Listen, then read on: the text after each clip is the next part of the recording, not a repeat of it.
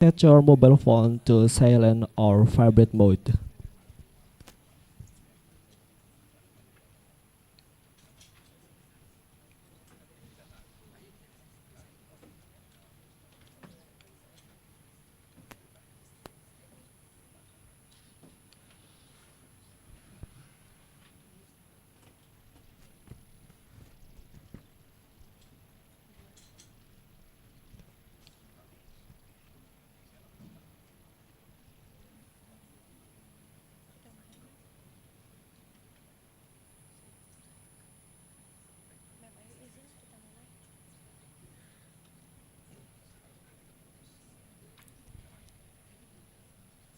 Good morning, ladies and gentlemen. The Honorable Ambassador of Finland, ASEAN, and Timor-Leste to Indonesia, His Excellency Pekka Kaihilahti, Rektor of Universitas Negeri Jakarta, Profesor Dr. Komarudin MSI, to whom we respect, Vice Rectors for Academic Affairs, Dr. Ivan Iskandar M.Hum, Vice Rectors for General and Finance, Profesor Dr. Ari Saptono MPD, Vice Rectors for Student and Alumni Affairs, Profesor Dr. Sarkadi MSc, Secretary of Senate UNJ, Profesor Dr. Ahman Shah MPD, Vice Rectors for Planning and Cooperation Affairs, Profesor Dr. Fahru Rozi MPD, Head of LPPM UNJ, Profesor Dr. Iwan Sugihartono MSI, Dr. Mina Makihonko, Head of Geography Studies, Senior University Lecturer. Mrs. Nina Nisola, Master of Social Science, Key Account Manager, Transnational Education Services. Mrs. Satya Zen, MA PhD, Teaching and Learning Specialist.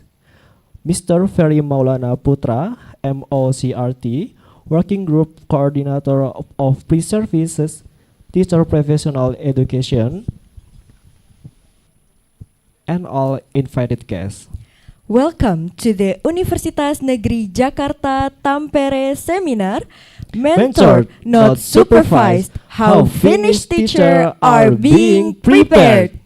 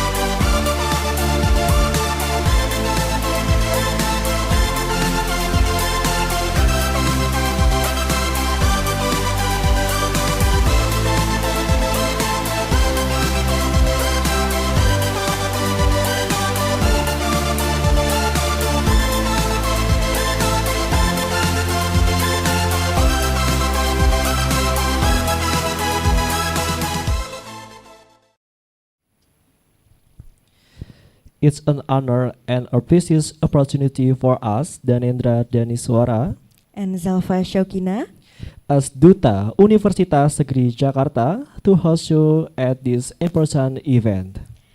ladies and gentlemen, we will begin the event with the National Anthem of Republic Indonesia, followed by the National Anthem of Finland. To all the distinguished guests, please stand up.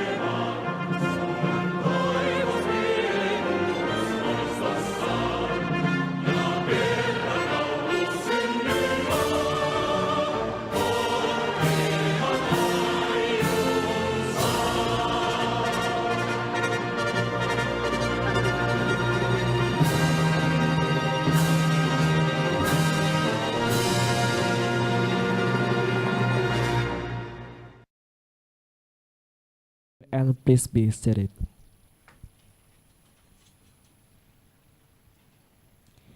Ladies and gentlemen, now we will hear a welcoming speech from Rector of Universitas Negeri Jakarta. To Professor Dr. Komarudin, MSI, the audience is yours.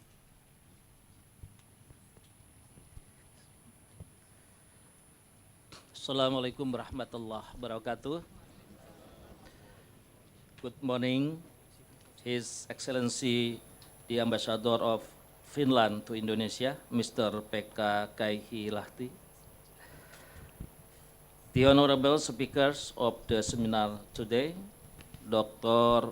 Minna Mäki-Honko, Head of Degree Studies, Tampere University, Finland, Mrs. Nina Nisola, Master of Social Science, Key Account Manager, Transnational Education Service, Nona penyonya, Satya Zen, MA, Teaching and Learning Specialist, Yayasan Sukma, the moderator of seminar, Profesor Dr. Mukhlas Suseno, mana nih? Oh, di belakangnya. The distinguished guest, Director General of Teacher and Education Personnel of the Ministry of Education, Culture, Research and Technology, Professor Dr. Nunu Suryani or their representative, Director General of Early Childhood, Primary and Secondary Education of the Ministry of Education, Culture, Research and Technology or their representative, Vice Rector, Deans, Vice Deans, and all corporate in UNJ, school principals and all school teachers, students, and all participants of this seminar, ladies and gentlemen. It is my great honor to welcome you in this academic seminar with a very interesting topic umbrella, mentor, not supervised, how Finnish teachers are being prepared. This seminar is jointly held by Universitas Negeri Jakarta and Tampere University, Finland. For this seminar, I must express sincere gratitude to the three speakers, Dr. Minna Mäki-Honko, Mrs. Nina Nisola, dan Dr. Satya Zen. They will talk about a program called Mentor Teacher Education. In different perspectives, a very high appreciation must be addressed to His Excellency, the Ambassador of Finland to Indonesia. Please kindly stand up and let's give a big applause. Thank you, Mr. Okay. For this company at this seminar, a sincere appreciation must also be given to the UNJ team who has made the seminar happen.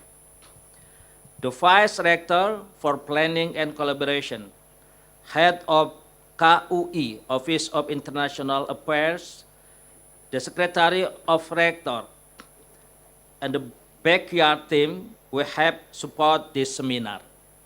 Ladies and gentlemen, I believe the topic of the seminar about MTA is very important in Indonesian context. I hope the practice of MTA can be implemented in Indonesia. And for this case, I would be more than happy to offer UNJ as a hub of the project to be designed to strengthen collaboration between UNJ and Tampere University.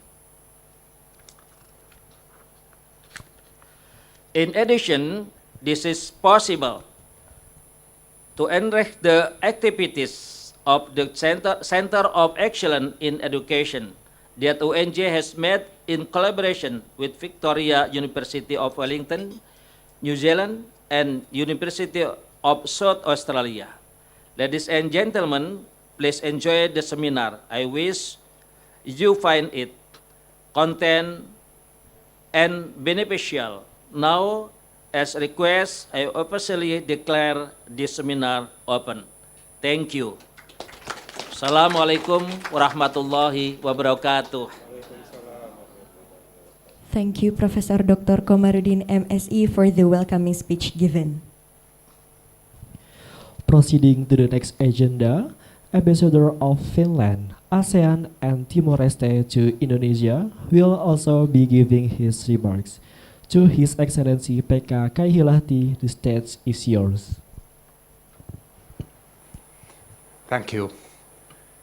Your Excellency, Rector, Vice Rectors, distinguished representatives of the University of Tampere, of Indonesian government, dear friends, colleagues, participants. It is a great pleasure to be here once again, to see the continuity to a fruitful cooperation. I mean, this is why I wanted to be here today personally with you, to underline how much importance we attach to this cooperation. From our part, we also want to thank you, all the participants, for being here today and also being dedicated to the development of teaching practicum in Indonesia.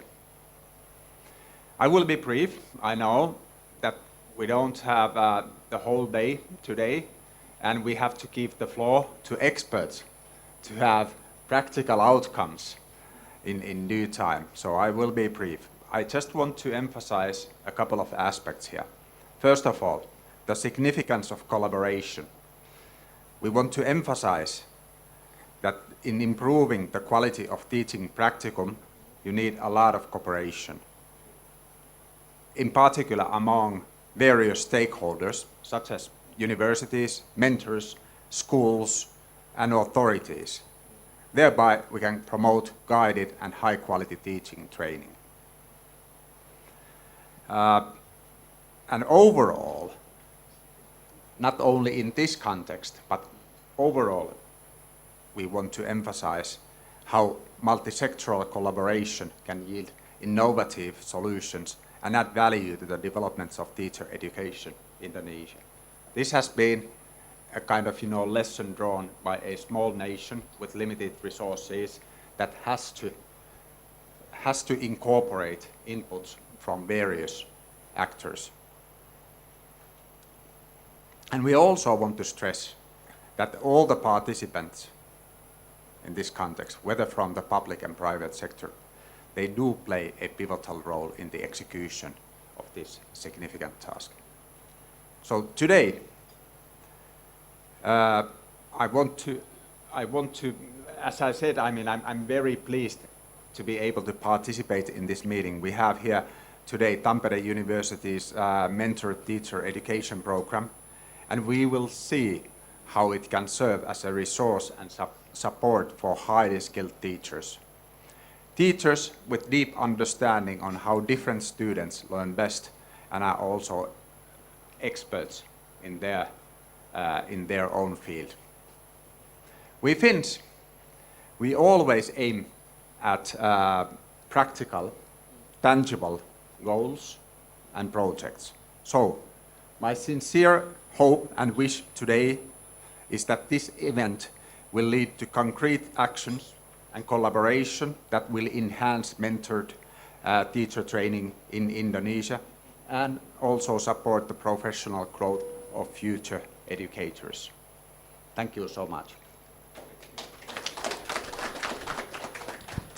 Thank you very much for your wonderful remarks. Moving on to the next agenda, we will witness the handover of a token of appreciation from Universitas Negeri Jakarta to the Ambassador of Finland to Indonesia, ASEAN, and Timor-Leste. Therefore, we would like to invite Professor Dr. Komarudin and Mr. Pekka Kaihilahti for the ceremony. The first token will be given from the Rector of Universitas Negeri Jakarta to the Ambassador for Finland, Timor-Leste, ASEAN to Indonesia.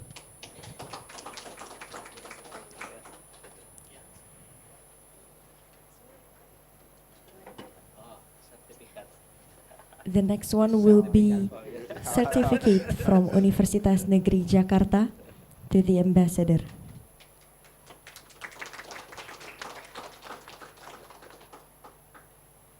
Okay, thank you. Thank you so much.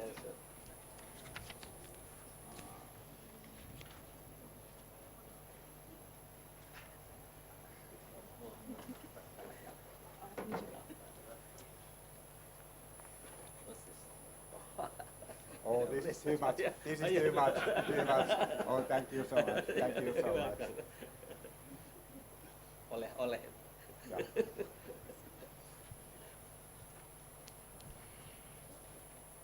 The next one will be token of appreciation given from the ambassador of Finland to Indonesia, ASEAN, and Timor-Leste to Universitas Negeri Jakarta.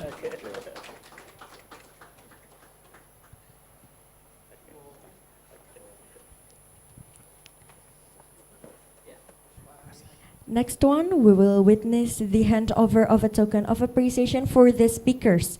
Therefore, we would like to invite Dr. Mina Makihonko, Ms. Nina Nisola, and Dr. Satya Zen for the handover of the token. And please, to the Rector of Universitas Negeri Jakarta,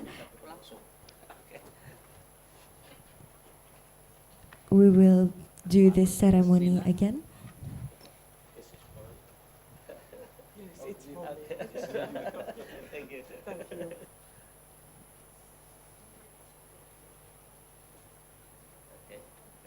Thank you.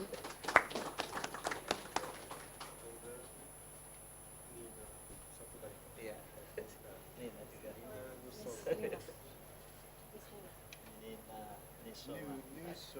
Nisola. Oke. This is for you. Thank you so much.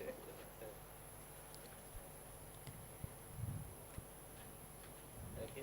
Terus. Ya, sama-sama.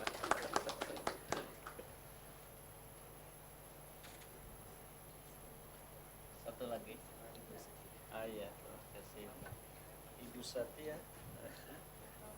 Terima kasih banyak Mbak Satya. Iya. Ya, satu. Terima kasih Mbak. Next one, we will like to invite all the vice rectors to do the documentation session.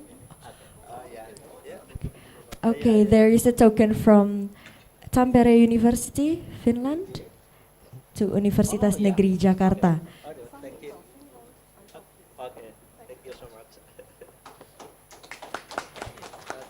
Next one, we would like to invite all the vice rectors and the leaders of Universitas Negeri Jakarta to do the documentation session with the speakers and also the ambassador of Finland to Indonesia, ASEAN, and Timor-Leste.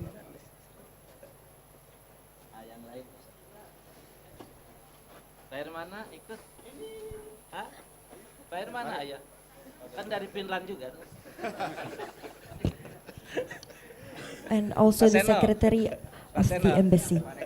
Witness their presentation from our marvelous speakers from Tampere University, Finland, and will be followed by Q&A session.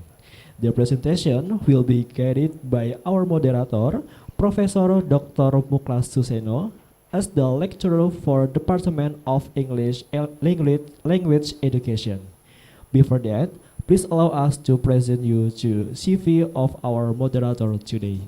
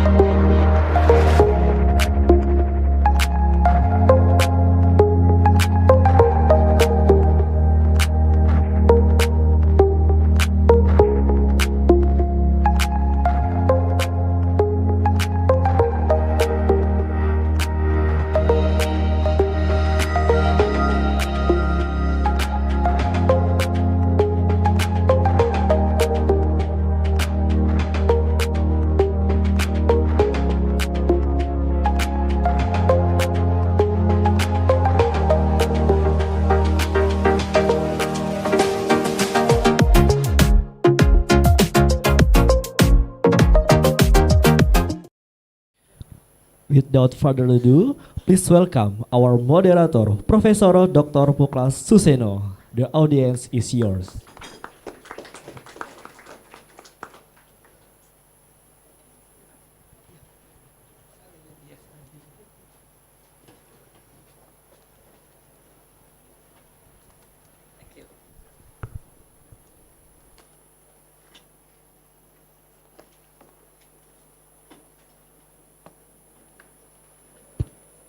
Good morning, ladies and gentlemen. Assalamualaikum warahmatullahi wabarakatuh. May God bless all of us. Amen. Before we start the seminar, let me read out a little bit about the short introduction of the seminar and also the speakers.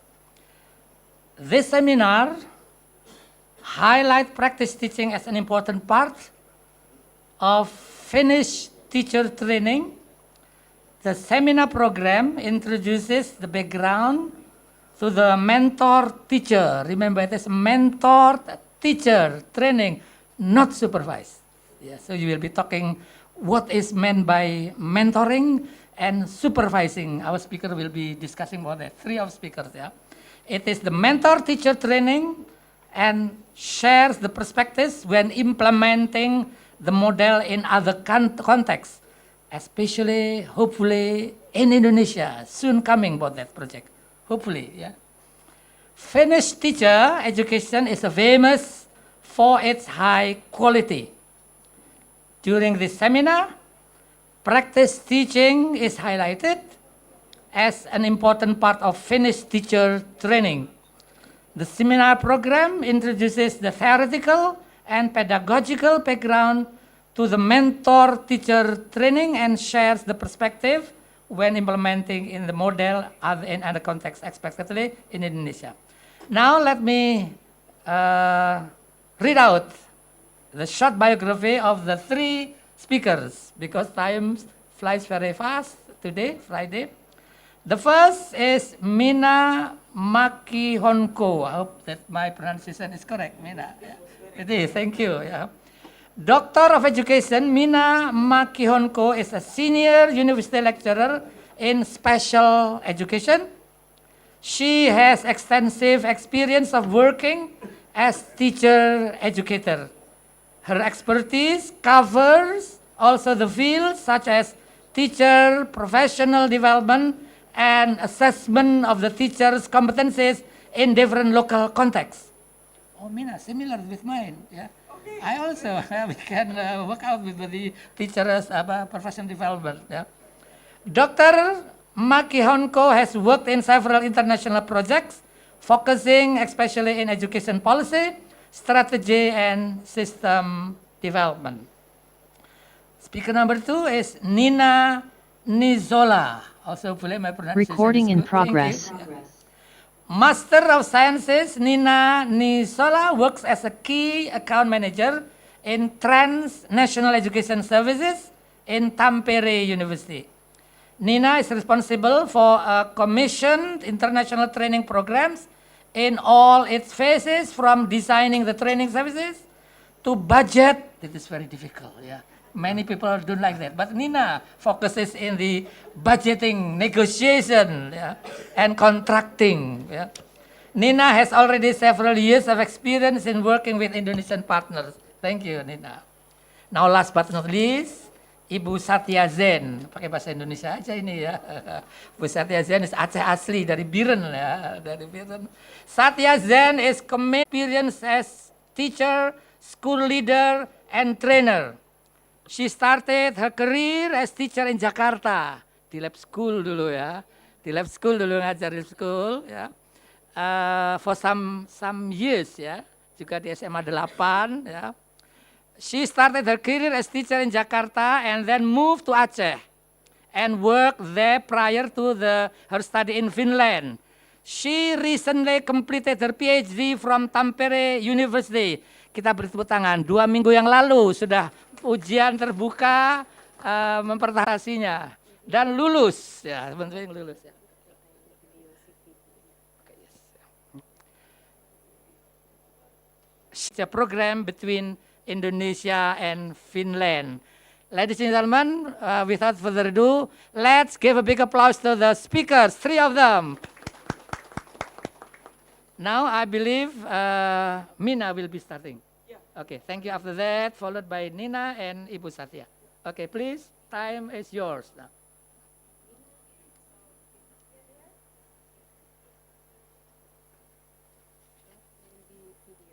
Okay, okay.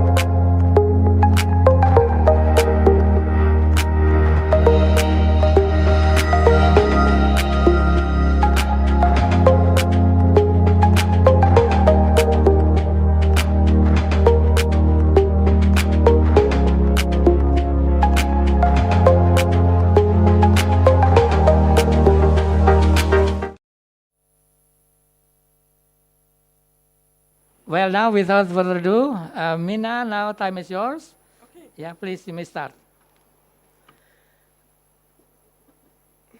Okay. Thank you. Honored guests, dear audiences online and on site. This is a really honor for me to be here. Thank you for the invitation. I'm very happy to share this information with you, and 3 of us speakers, we have planned and prepared these 3 presentations together, that it has a narrative. Starting from my presentation, I just highlight some theoretical background for this mentor-teacher education, what we are implementing already in Finland. And then the Nina Nysselö is just presenting the more inside of the mentor-teacher education, what kind of modules, what kind of learning tasks and so on it will be having, and also she will be explaining some experiences when we have implemented this program in different countries. And then last but not least is our new doctor, Satya. She will be presenting the ideas how this can be adopted into the Indonesian contexts. And those findings, what she will be presenting based on her research done here in Indonesia, baseline study somehow, done here in Indonesia during 1 year ago, is it so? Yeah. Together with Nina. Okay, now to my presentation, mentor-teacher education in Finland.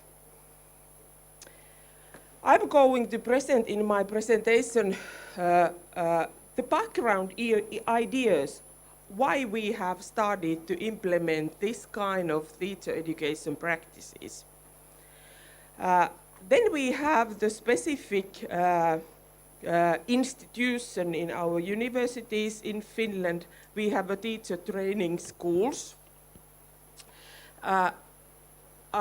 I think that you are having here in Indonesia also the same type of system. We have similarities because you are having the lab schools, laboratory schools, which are also working under the university or connection to the universities. And then I will be saying some words about the teaching practice at our university, and then some highlights of the mentor-teacher education program. But first of all, the background of the program. Teacher education in Finland involves pedagogical studies, which are, the amount of the pedagogical studies is 60 ECTS for each teachers, also for all teachers in all levels. And the very, very important part of those pedagogical studies is teaching practice. And teaching practice in our universities are implemented in teacher training schools. And teacher training schools are administrational part of the unit, administrational part of the Faculty of Education. And the very, very important point what I like to rise up and highlight is that the collaboration between the Faculty of Education and teacher training school staff is essential. We even develop and implement teacher education curricula together. That we really know each other's, we really know our contents, what we are teaching in the faculty side and in the teacher training schools. How we are implementing the teaching practice at Tampere University. As I mentioned before, the pedagogical studies include practical training, and the amount of the practical training is 1/3 of the pedagogical studies, which are 60 ECTS. Our teachers in Finland, from elementary school up to the high school, should have the quality criterion is that they should have at least master degree in education, that they are qualified teachers.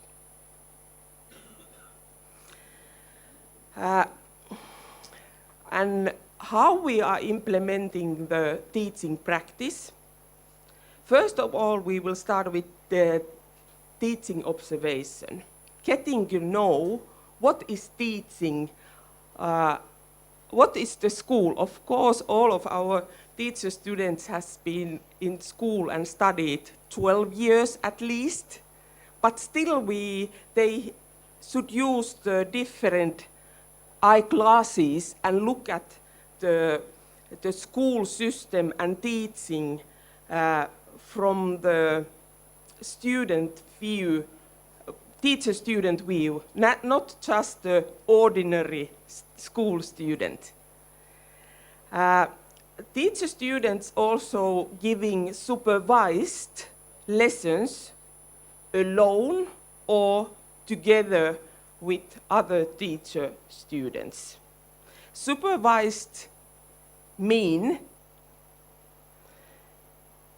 that they will be planned together with the teacher training school teachers, the lecturers. Those are supervised, but when we are going to mentoring, we just focus on the professional identity growth. You can supervise how to teach, how to plan lessons, how to implement lessons, how to assess students, but alongside how to develop your professional identity is a mentoring part. And also what is the very important part of the teaching practice is the pedagogical and subject-based pedagogy. Because it's totally different to teach language, like in English, than math. That's what I'm meaning when I saying subject-based pedagogy. And then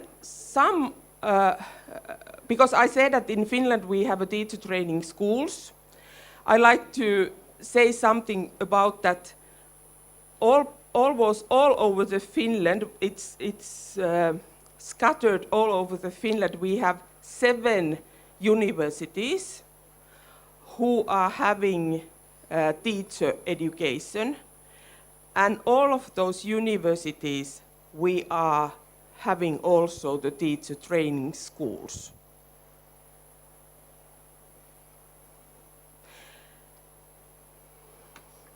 What differentiates teacher training schools from other schools, as we call government schools in Finland? First of all, I have already mentioned, but we need to think about that teacher training schools teachers are having double role. They are teachers for pupils who are studying in the elementary school and high school. But they are also teacher trainers because they are mentoring teacher students who are practicing in the teacher training schools. That is quite challenging if you have one post and 2 roles. And both are very, very important. You are just have a possibility to affect students' development and teacher students' development.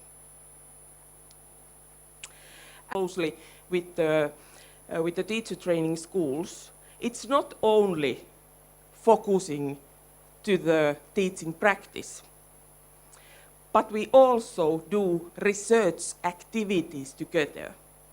We are training and implementing in-service training for government school teachers.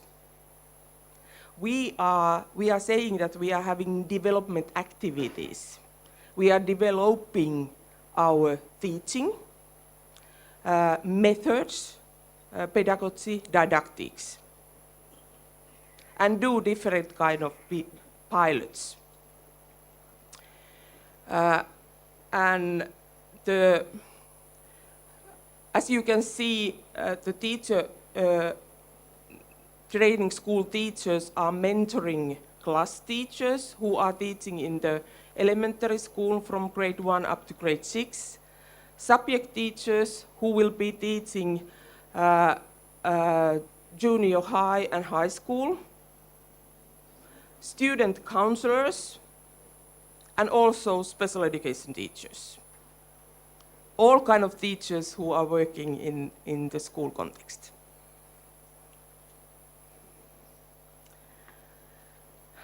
Wow, now we go to the mentor teacher education. I have tried here to define what it means in practice. The mentoring means that teacher-student during the teaching practice will be mentored to give the lessons, participating in guidance discussions, getting to know school-based daily tasks and responsibilities in the schools. As we know, only the part of teachers' responsibilities and tasks is teaching academic skills. Also, we need to teach daily living skills, social skills, and so on, and cooperate with the parents. And also, as the ambassador mentioned, do multi-professional cooperation with the social services workers and health sector mainly. And what is the important, when we are talking about the mentoring, it's meaning that we need to organize and give the safety place for the teacher-student to practice. It means that we are never left teacher-students alone. We are always with them, at least in the same space.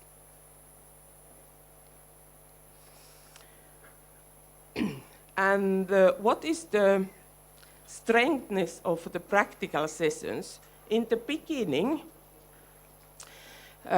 we are not asking them to give lectures. First of all, they can just observe in the classroom. We give steadily responsibilities for them, bit by bit. We don't give the responsibility for them that they need to start to take care of the whole day and the whole teaching group. Maybe they observe, and then maybe the following week they will be teaching 1 or 2 hours per day, alone or together with the others. But always the teacher mentor is in the same classroom and giving the feedback and somehow support.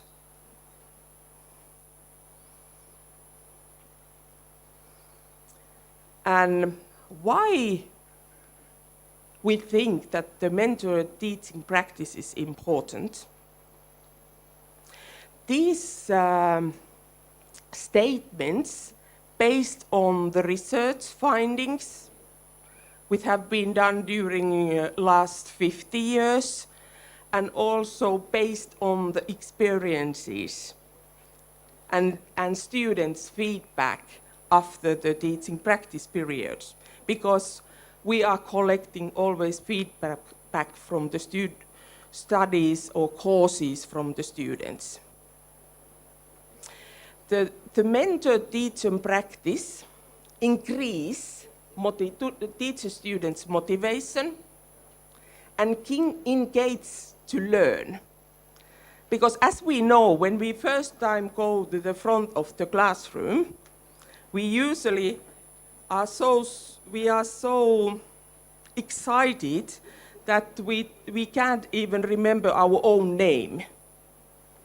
We just concentrate ourselves. We can't just look at the persons who we are teaching and modify our teaching that it's acceptable for the students. We just try to use the right words and pronounce them properly.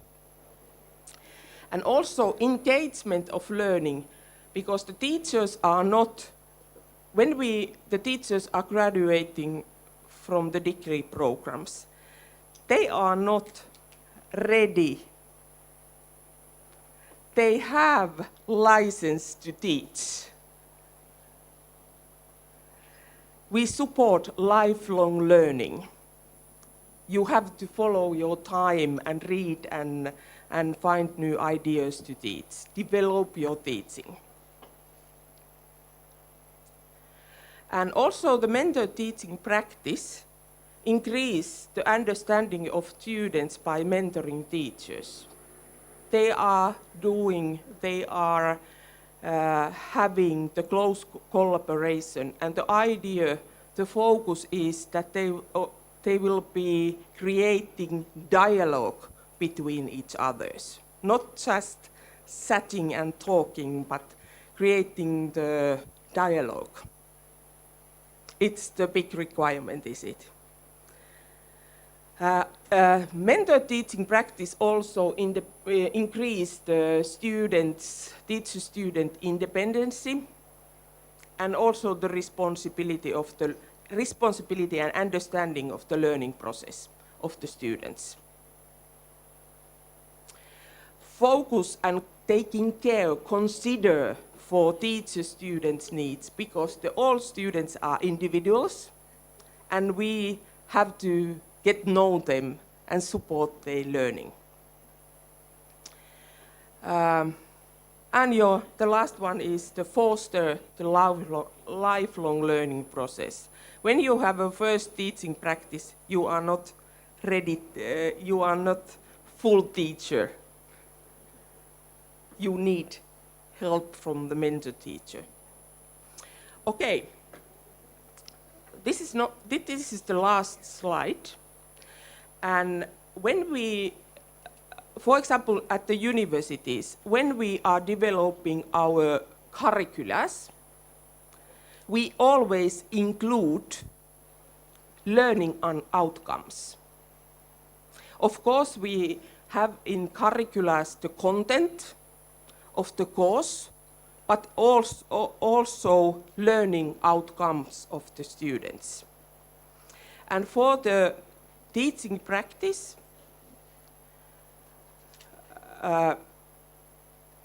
when it's mentored by the mentors,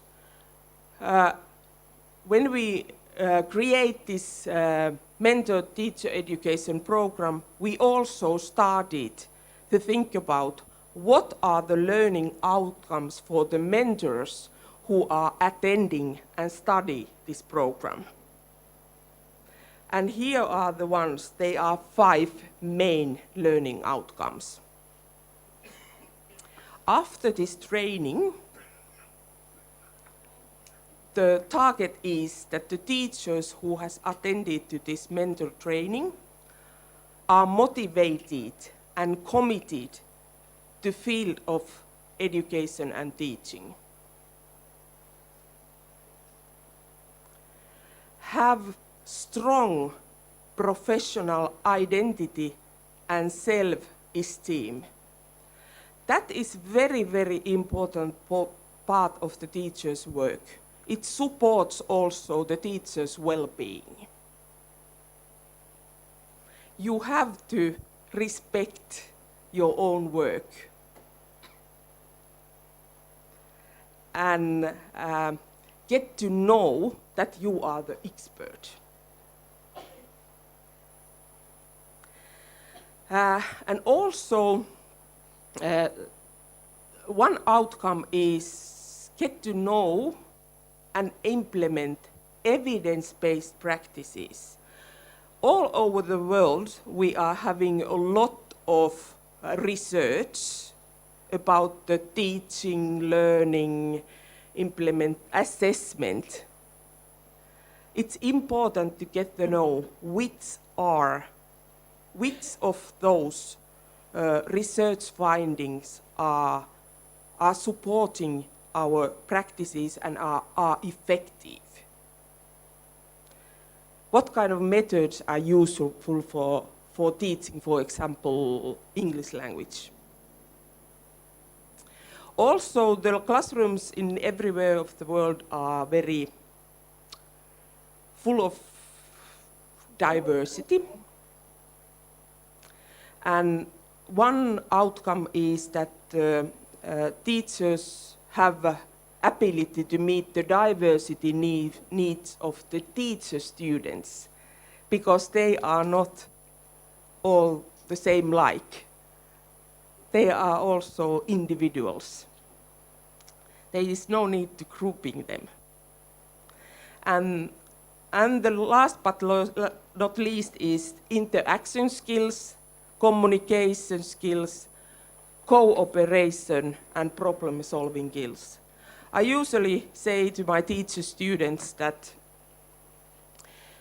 teaching is, and working as a teacher, it's ongoing problem solving.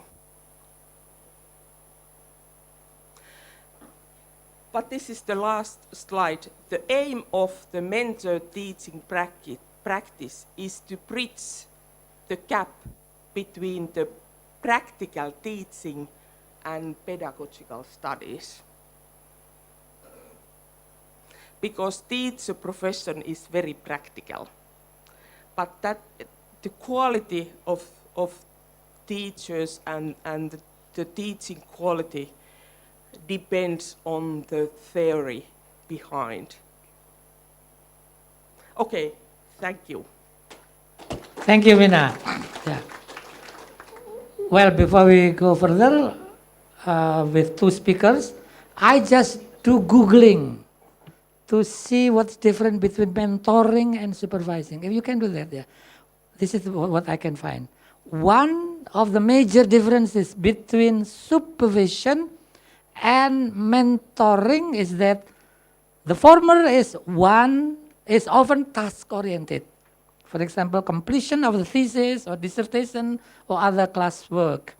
Whereas the latter, the mentoring is about caring for individuals' long-term development from a holistic perspective.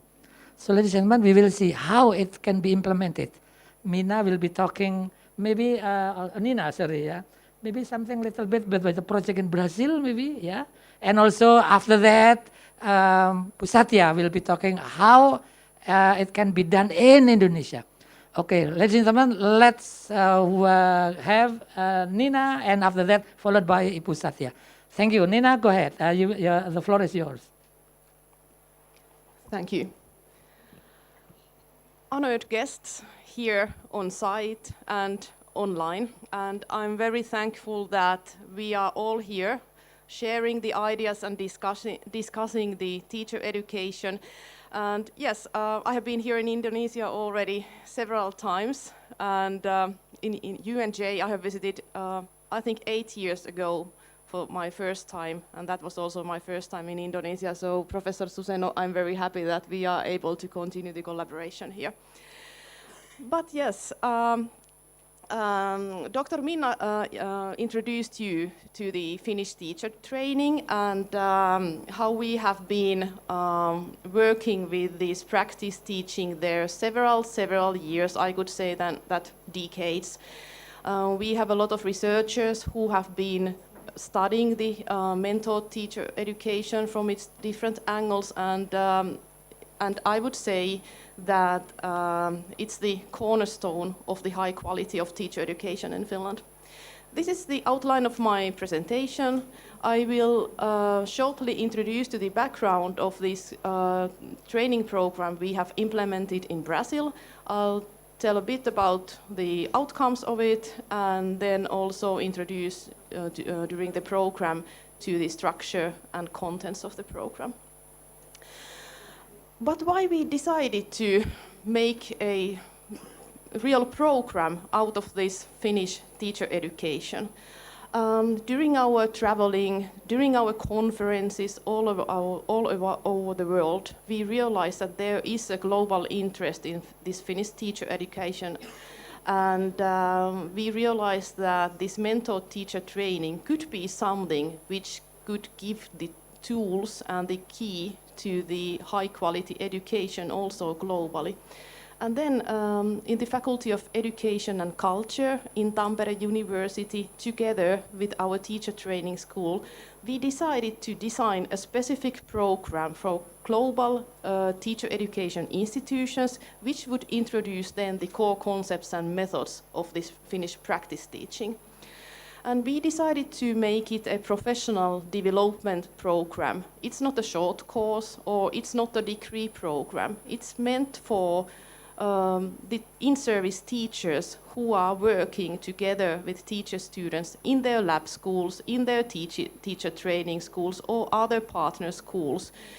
And this mentored teacher education program was aimed for the teacher education institution, be it private or public, and who all have the same goal, to teach future teachers and have that kind of practice teaching as part of their studies. And we decided to also focus for some goals for this MTE program. During this program, we want to support the educational institution to create an operational model in their own context, how to construct that kind of model which gives the teacher students an equal and also coherent pathway to bridge the gap between theoretical studies, as Dr. Minna said, to practical studies, and be able to also learn how to become a teacher, how to step by step learn to work in the classroom, to understand the whole school as a learning community. And also we wanted to help the universities or other teacher training institutions together with their partner schools to find a joint dialogue, to discuss together for the goals of teacher education in that university or in the city or even in the whole country. And all this mentored teacher education is for supporting the teacher students. It's also for the benefits for the whole school community, for collaborating with your peers to learn how to do curriculum work and also how to master the pedagogical leadership. So these were the cornerstones for this MTE program, which we have developed approximately 2.5 years ago, 3 years ago, together with the experts in Tampere University and our teacher training school. And the overarching themes in this MTE program, which can be localized in different cultures, in different contexts, are the following. We are highlighting in the program the professional development of a teacher. We are highlighting the school as a learning community. And we also want to recognize during the program that there are different actors with different roles in teacher education, but they are all working for the same goal, for the benefit of teacher student. And then what is important is that those mentoring teachers in teacher training schools or the teacher educators in the faculties, they are also developing throughout their career. And when they are mentoring the younger teachers or teacher students, they can share their knowledge. They can share their experience in the classroom, in different school duties they have, in the curriculum development work, all the daily administrative tasks, what the teachers are doing, either in the faculty or in the teacher training school. And this is how the student also gets the idea of how to be a teacher and what could be my role when I'm teaching later in my future profession. So these are the themes we are highlighting throughout the program and approaching the topics from different perspectives in different study modules. So very briefly about the structure. So there are 3 modules and 1 piloting module, and this 4th piloting module is about testing these ideas in your own context, maybe in your own teaching in the training school or lab school. And these 3 modules are quite similar in structure. They take about max 3 months to complete, and in case there's a piloting module, that takes the time a bit longer then. And we have created a huge package of learning material with recorded lectures, thematic discussions. We have huge literature package.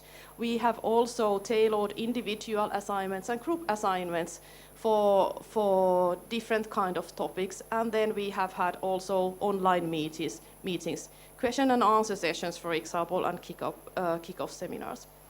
And these assignments are all based on the materials which are covering the topics, these overarching themes from learning community, teachers, professional development, etc. But they are always modified to serve the context. So with the context, I mean the local school, the local faculty of education, and the local context which are defining how to implement the practice teaching there. So it's always important that the program participants have that kind of opportunity to develop their own work during the program. But yes, Minna mentioned that, Professor Suseno mentioned that we have now piloted for the first time the program, and it was in Brazil. And we have been collaborating with a University of Fevale, which is located in the city of Novo Hamburgo in Brazil, so very southern part of Brazil, almost close to Uruguay. And we started the program in August 2021 and finalized it this year, not many months ago.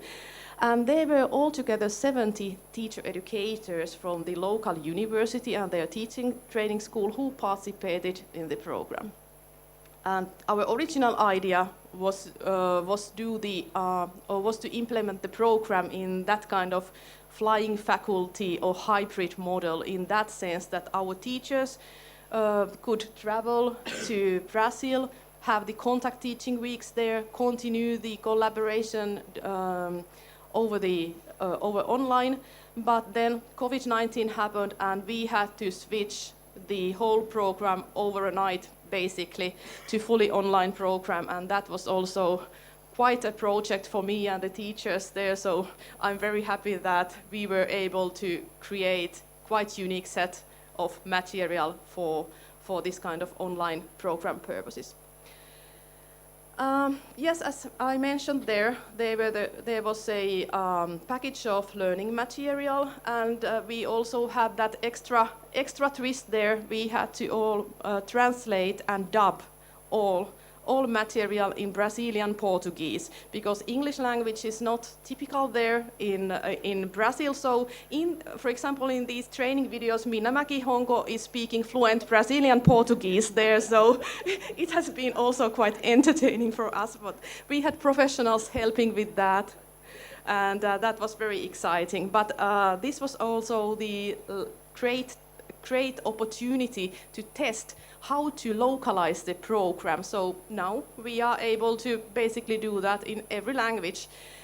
And when we have been discussing with our teachers, we are still hoping that we could also have the program in this kind of hybrid model we wanted originally. Because as a teachers and as experts and professionals of education, you know all that interaction and discussion with peers is very important. You can do it also these days with different online media, with different kind of tools there, but I think that when you find each other physically in the same meeting room or in the same classroom, you can really share their ideas. So that's why we consider these contact teaching weeks online very fruitful and also very valuable. So hopefully we can still test the hybrid method. At least our teachers would be very much happy with that.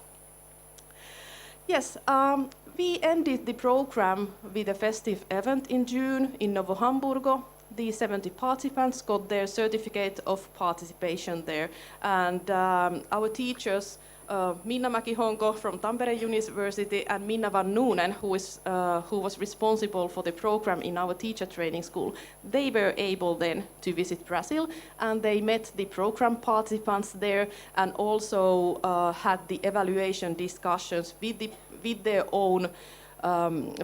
own projects, which the local teachers had piloted and tested in their own classrooms with the teacher students. And we got very good feedback from these pilots from our teachers, and it seemed that also the participants seemed to enjoy working with teacher students, testing new tools and knowledge. But what are the central outcomes of the project? So what can I say very briefly here, that our teachers in Tampere University noticed that the use of these student-centered methods in the partner university clearly increased during the program.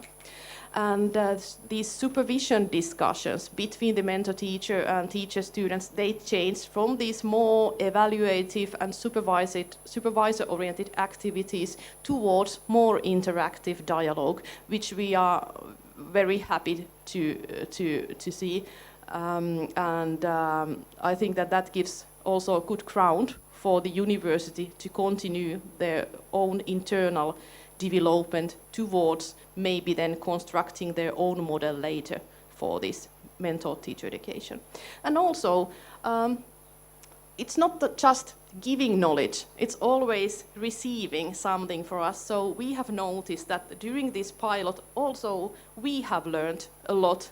So our teachers or teacher educators in the Faculty of Education, they were able to learn also from the teachers in teacher training schools during this program. So I'm happy that we were also able to receive something, know more about our colleagues, know more about their working styles, the subjects they are teaching. So I think that it was win-win situation or win-win result to everyone. So this is something which is very remarkable also for us internally.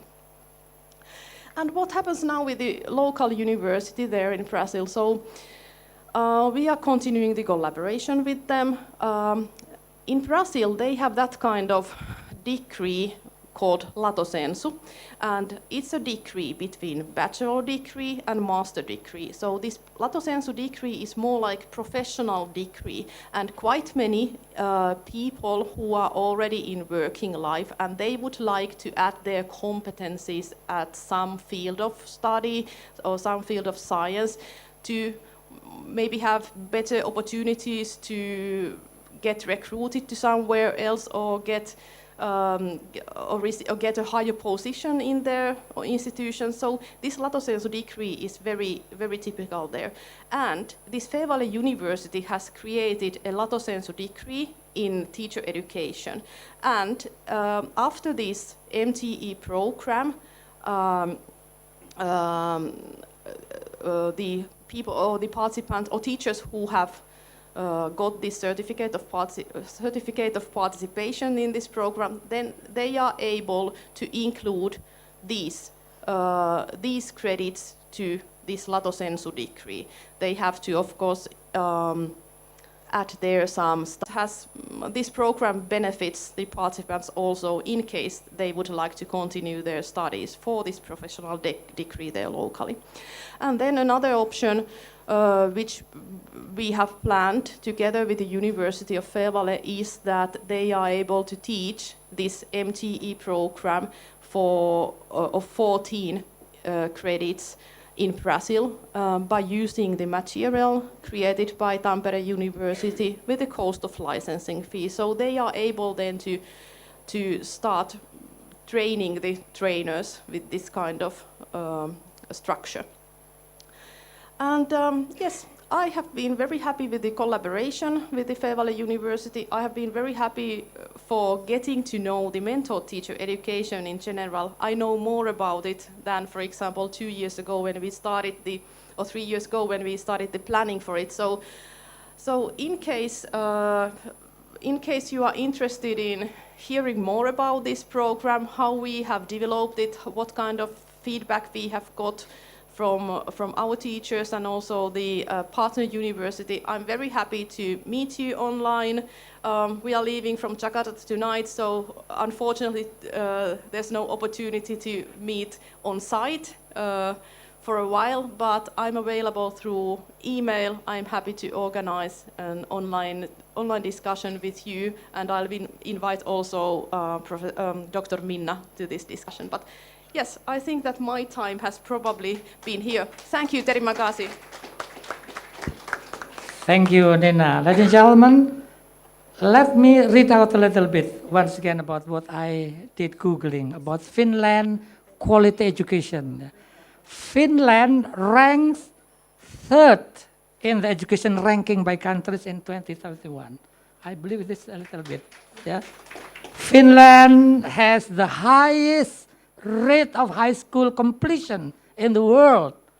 According to the World Economic Forum's Global Competitiveness Report, Finland has the best developed education system in the world. Please clap hands of the Finland. Bapak Ibu, let me speak in bahasa, sorry. Saya memotivasi dosen-dosen muda, ambillah PhD ke Finland. Bu Satya already prove it. Ya. Jadi silakan LPDP itu finance by LPDP scholarship ya.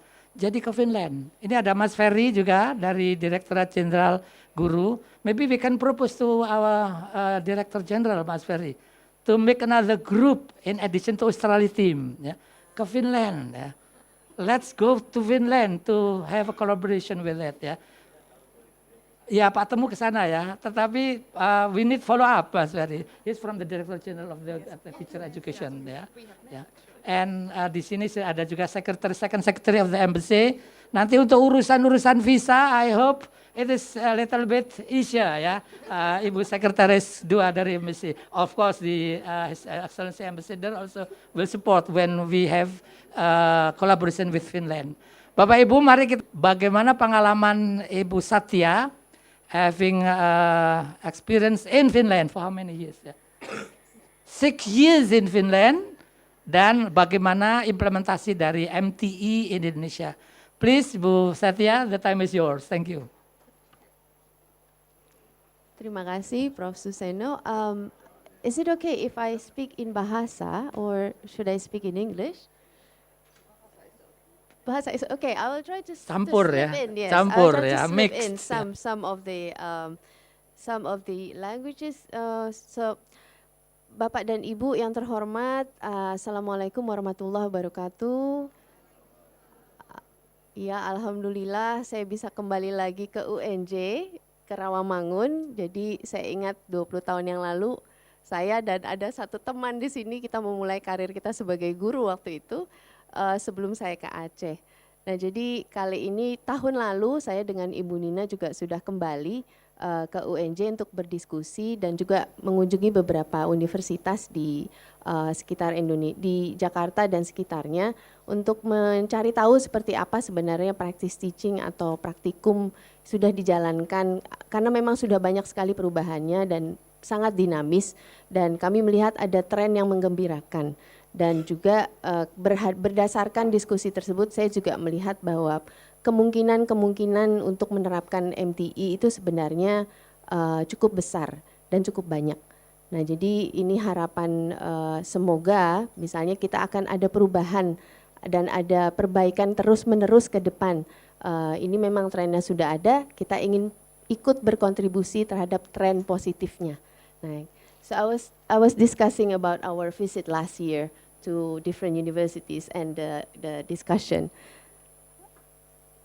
Hari ini saya akan bicara sedikit tentang seperti apa sebenarnya praktikum atau mungkin sekarang ini lebih kepada internship ya disebutnya.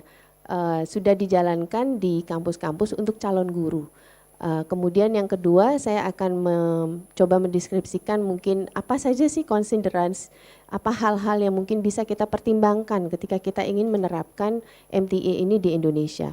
Jadi tentu saja konteks antara Indonesia dan Finland pastinya sangat berbeda. Jadi ini memang selalu menjadi pertanyaan besar dari banyak tim yang datang ke tim dari Indonesia maupun dari negara-negara lain ketika mereka datang ke Finland. Karena memang ekosistemnya sangat berbeda. Nah, tapi tentu saja ini bukan berarti bahwa kita harus merasa ya udah cuma bisa di Finland doang. Enggak. Apapun itu sebenarnya di semua sistem pendidikan kita harus mengenal konteks kita dengan baik dan mencari kemungkinan-kemungkinan di mana prinsip-prinsip yang sudah baik diterapkan di negara lain bisa kita terapkan di konteks kita.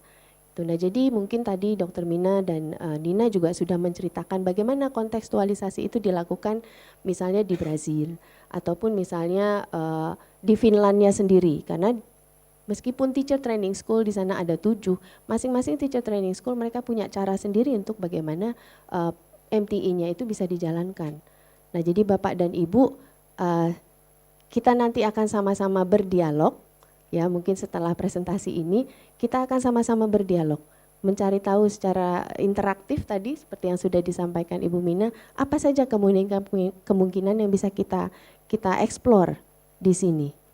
Nah, yang ketiga saya akan berbicara mengenai apa saja sih kesempatan yang mungkin sudah ada dan bagaimana MTE itu bisa dilocalize. Itu ya, karena kemungkinannya sudah ada dan saya melihat sudah ada semacam ruang yang lebih leluasa bagaimana praktis teaching itu bisa diterapkan dengan orientasi tidak lagi supervisi tapi mentoring. Nah, jadi ini kita akan coba sama-sama eksplorasi bersama setelah ini. Nah, yang terakhir, kalau kita ingin menerapkan MTE-nya untuk calon guru, kita harus punya mentornya dulu. Nah, jadi apa kira-kira yang bisa kita lakukan untuk mempersiapkan mentor di sekolah dan di LPTK? Gitu. Baik, yang kali ini saya akan coba menyimpulkan secara umum saja sedikit abstraksi apa yang kami dapatkan dari kunjungan kami tahun lalu, seperti apa sebenarnya practice teaching di Indonesia ini kemarin itu kami bisa gambarkan secara singkat. Jadi dari diskusi kami mendapati bahwa memang practice teaching ini banyak diterapkan sebagai mata kuliah ya Prof ya. Mata kuliah baik itu di teacher education maupun di teacher certification program. Jadi dia ada di dua, di persiapan gurunya dan juga di sertifikasinya. Nah, kemudian yang kedua, karena memang kita tidak semua fakultas memiliki lab school, mungkin kalau di UNJ lab schoolnya lumayan banyak ya Prof, ada 4 betul. Nah, sedangkan jumlah mahasiswa FKIP kita itu yang pingin jadi guru selalu banyak, selalu tinggi. Jadi kalau saya lihat dari data itu memang FKIP selalu menjadi salah satu fakultas yang lulusannya paling banyak. Nah, jadi ini tentu saja menjadi tantangan bagi fakultas dan departemen untuk mengelola bagaimana praktek mengajar ini bisa dijalankan. Nah, jadi kelihatannya yang dari kami hasil diskusi itu adalah ada sekolah mitra. Betul? Nah, jadi sekolah mitra di bawah dinas pendidikan setempat. Jadi sehingga kolaborasinya itu memang harus multisektoral. Jadi antara dinas pendidikan, universitas, di bawahnya itu ada fakultas dengan departemen, dengan sekolah mitra. Nah, ini kan jumlahnya juga banyak gitu. Jadi kami juga mengunjungi beberapa sekolah yang menerima mahasiswa PPL ya istilahnya ya. Mungkin sekarang PLP. Nah, ini jadinya memang tantangan untuk bisa dikelola bagaimana prosesnya bisa dijalankan dengan baik. Nah, assessment kami juga mendapati bahwa ini dilakukan oleh dua, yaitu guru pamongnya dan juga dengan dosennya. Dan ini ada guideline dari ministry dari kementerian. Kemudian juga ada semacam variety, jadi ada keragaman dalam jumlah kunjungan, durasi. Nah, jadi hal-hal ini kadang-kadang tidak sama di semua universitas. Ada yang kadang-kadang karena lokasi jauh, ada yang bisa dikunjungi dengan lebih kerap, ataupun ada yang memang durasi visitnya itu bisa lebih lama atau lebih pendek. Nah, ini jadi banyak keragaman di situ kami melihat. Nah, ini juga kadang-kadang disebutkan ada ketergantungan bahwa remunerasi bagi visitasi itu memang bergantung kepada University Financial Resources. Nah, jadi di sini kita memang mendapati bahwa ada hal-hal yang catatan ya, maksudnya bagaimana sekarang ini sedang berjalan. Nah, selanjutnya kita juga melihat bahwa artinya aktor yang terlibat dalam pendidikan guru dan sertifikasi itu juga beragam. Ada guru pamong yang di sekolah lab school, dia berafiliasi dengan mungkin lab schoolnya dan secara tidak langsung ke universitas. Tapi ada juga guru pamong yang ada di sekolah mitra, jadi dia afiliasinya itu ke kantor dinas mungkin, atau ke yayasan kalau sekolahnya swasta. Nah, yang terakhir dosennya itu afiliasinya di universitas. Nah, jadi ini adalah faktor-faktor yang bisa jadi mempengaruhi bagaimana praktek mengajarnya nanti akan terjadi. Gitu. Di day to day activity ketika mereka sedang melakukan prakteknya, nah ini akan menjadi pengaruh gitu ya. Nah, kemudian kami juga mendapatkan informasi bahwa kelulusan, jadi begitu lulus itu memang mereka teman-teman nanti yang lulus dari FKIP ataupun dari universitas akan mendapatkan title sarjana atau bachelor ataupun sarjana terapan. Dan ini ada KKNI ya yang memang disepakati antara industri dengan universitas. Jadi menyepakati bahwa ada leveling yang bisa kita gunakan bersama. Nah, dalam hal ini tentu saja universitas dengan sekolah. Dan ini levelnya 6. Betul Bapak Ibu. Nah, ini yang sering mengembangkan kurikulum di kampus, ini pasti sangat paham tentang ini. Nah, artinya guru yang lulus di sini sudah punya semacam standar bahwa mereka adalah seorang analis. Jadi bisa menganalisa situasi-situasi pembelajaran dan merumuskan tindakan pedagogis yang bisa dilakukan. Nah, kalau memang mereka lanjut ke level 7 di sini sebagai mendapatkan sertifikasi, mereka akan dianggap sebagai beginner expert atau ahli pemula. Nah, artinya mereka punya tambahan tools, alat-alat untuk bisa melakukan tidak hanya menganalisa tapi juga memformulasikan kira-kira apa yang mereka sebagai seorang ahli. Nah, jadi saya melihat di sini ada kesamaan. Di Finland mereka juga pingin teacher identity-nya itu they want to develop the teacher identity to become expert. Jadi ini sudah ada orientasi identitas profesional di dalam framework kita juga. Gitu. Jadi saya melihat bahwa ini adalah sesuatu yang sudah kita punya secara regulasi, ya, dan ini sebenarnya juga bisa membantu bagaimana MTI ini nantinya bisa memperkaya proses tersebut dan semoga bisa meningkatkan kualitasnya dalam proses itu sendiri. Tuh.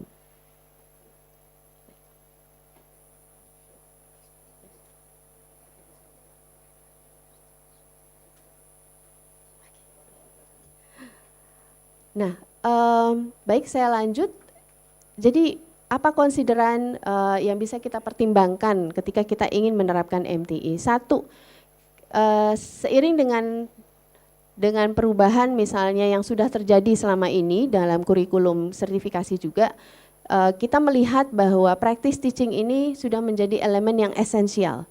Jadi kalau dulu mungkin hanya di akhir, kalau sekarang misalnya saya kemarin mulai melihat ada perubahan dari teaching practicum to school internship. Jadi dari PPL ke PLP dengan mungkin durasi dan kredit yang lebih banyak. Itu kemudian kalau untuk di kampus ada mungkin kampus merdeka ya, bukan kurikulum merdeka. Jadi kampus merdeka di mana ada internship, kesempatan internship yang lebih panjang bagi calon-calon guru dan juga ada kampus mengajar di mana mahasiswa bisa mengajar di sekolah. Nah, ini kan artinya ada ruang di mana calon guru bisa menghabiskan waktu lebih banyak, tapi memang mereka perlu struktur ketika mereka menghabiskan waktu di sekolah itu. Nah, sekiranya memang kita bisa menggunakan MTI sebagai bagian dari struktur itu, kita punya guided, jadi proses mereka itu guided, dipandu secara bertahap. Tuh.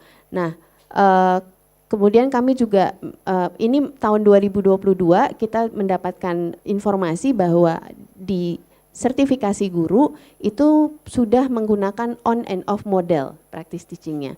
Artinya ada loop, jadi ada lingkaran dari gurunya itu mengajar di sekolah kemudian ke kampus untuk melakukan refleksi dan diskusi dan demikian seterusnya. Nah, kemudian juga ada program yang sama untuk semua lulusan, baik itu dari fakultas pendidikan ataupun dari non-kependidikan. Nah, jadi hal-hal ini menurut saya dan saya sudah share juga menurut tim kita ini melihat bahwa ini adalah kemungkinan konsiderasi yang mendukung bagaimana MTI ini bisa dimasukkan ke dalam proses yang sudah ada gitu. Nah, tentu saja pertanyaannya jadi bagaimana kita bisa mengkontekstualisasikan ke dalam lokal konteks di mana kita memang ekosistemnya sangat berbeda. Nah, jadi di sini yang pertama saya merasa bahwa kita perlu menyadari bahwa kita sudah punya orientasi identitas untuk guru, calon guru. Bagaimana guru yang yang lulus dari proses dan dipersiapkan untuk menjadi guru itu mereka bisa sudah punya orientasi identitasnya. Sebenarnya kita pingin mereka jadi beginner expert. Itu sudah ada. Tidak hanya sekedar ada skills, ada competence, tapi they have their own identity. Jadi rasa self esteem itu munculnya dari situ. Rasa bangga, rasa paham akan apa yang saya kerjakan itu dari situ. If you know you're an expert and you are recognized as one, then you are. Nah, yang kedua, saya ingin mengatakan bahwa kita perlu punya pathway atau semacam jalur yang koheren dan jelas bagaimana practice teaching itu bisa dilakukan tidak hanya di proses pendidikan tapi juga di sertifikasinya. Nah, tapi pathway ini kenapa harus ada, harus dibuat, tujuannya adalah calon guru mereka punya kesempatan untuk melakukan deliberate practice. Deliberate practice ini artinya mereka punya waktu untuk refleksi, untuk diskusi, untuk berdialog, untuk mengobservasi. Mentoringnya bisa berjalan di situ. Jadi tadi Prof. Suseno sudah menyebutkan bahwa bedanya antara supervisi dengan mentoring, disitulah prosesnya berjalan. Nah, untuk itu tidak hanya developing opportunities for deliberate practice, tapi kita juga harus siapkan ekosistemnya. Ekosistem ini harus kolaborasi, mau tidak mau karena infrastruktur kita seperti ini. Harus melibatkan sekolah, melibatkan otoritas kependidikan yang ada di lokasi kita misalnya. Sekolah-sekolah mitra yang memang sudah menjadi, nah jadi ini mungkin ada beberapa kemungkinan apakah kita bisa bekerja sama melalui program CSR misalnya atau beasiswa gitu ya. Nah, jadi ini sesuatu yang menurut saya kita perlu eksplorasi lebih lanjut. Tentu saja pasti Bapak dan Ibu jauh lebih ahli dan tahu peta seperti apa inovasi financing ini bisa dilakukan. Dan yang terakhir tentu saja kita sudah punya forum-forum sebenarnya yang sudah berjalan, network di mana ada guru penggerak, ada kelompok kerja guru, ada MGMP. Ini adalah juga pools di mana mentor yang berkualitas bisa kita ambil. Tuh, jadi ini misalnya MTA, kita kan nggak ada ruginya ya Bapak Ibu kalau mentornya ada di mana-mana. Nggak ada ruginya. Semakin banyak mentor menurut saya ya jadi semakin banyak guru berkualitas. Gitu. Nah, kemudian jadi ini praktikal, ini slide yang terakhir. Bagaimana mempersiapkan mentornya? Di sini ada dua tawaran. Saya melihat satu, seperti yang tadi disampaikan oleh Nina, ini adalah professional development program for teacher mentors and teacher educators. Jadi untuk guru pamong dan dosen. Nah, tawarannya yang pertama, sekiranya kita mau membuat ini sebagai proses sertifikasi sebagai mentor profesional di teacher education. MTE itu dia bisa jadi modul utama atau main component, ditambah dengan misalnya beberapa modul lain dari universitas sehingga dia jadi cukup untuk bisa dikatakan sebagai proses sertifikasi. Ya, untuk memenuhi tentu saja legal komponen framework yang sudah ada. Yang kedua adalah Bapak dan Ibu tentu sudah punya postgraduate studies, ya, master degree untuk pendidikan. Nah, MTA ini bisa ditawarkan sebagai sebuah spesialis. Jadi ada misalnya mereka tambahan modul sebagai dari MTI yang ini nanti master degree in education specialized in mentor teacher. Nah, jadi ini ada dua bentuk yang tentu saja nanti untuk setiap institusi formulasinya bisa jadi berbeda-beda. Tetapi menimbang bahwa MTE ini bisa menjadi bagian dari komponen yang cukup penting dari kedua program ini, Bapak dan Ibu tentu saja nanti bisa melakukan modifikasi ataupun penambahan, tapi jangan pengurangan. Nah, gitu. Jadi mungkin ini saja dari saya, sekian. Terima kasih, kitos, thank you. Thank you, Ibu Satya.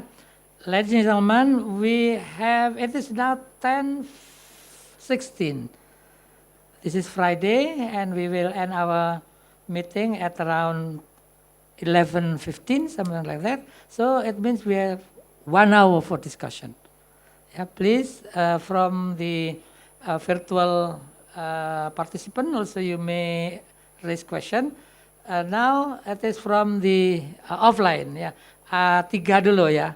Ibu Prof. Sofi, Ibu Eka, Yunita, dan kelihatannya mudah-mudahan saya nggak salah sebut Bu, Bu Mutia, ya betul ya. Sometimes I wrongly mention. Prof. Sofi, Bu Eka, Dr. Eka dari Safia, dan Dr. Mutia dari UNJ. Silakan. Short and also clear, address to which with a speaker. Okay, sure, please. Yeah.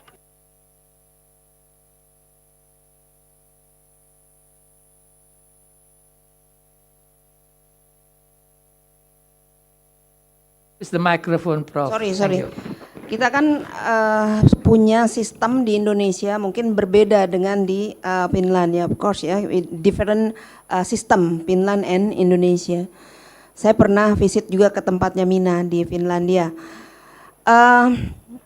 Saya melihat bahwa very difficult to find same paradigm between university and school. It's very hard in Indonesia. Sometimes we are going to alone, sendiri-sendiri, ya.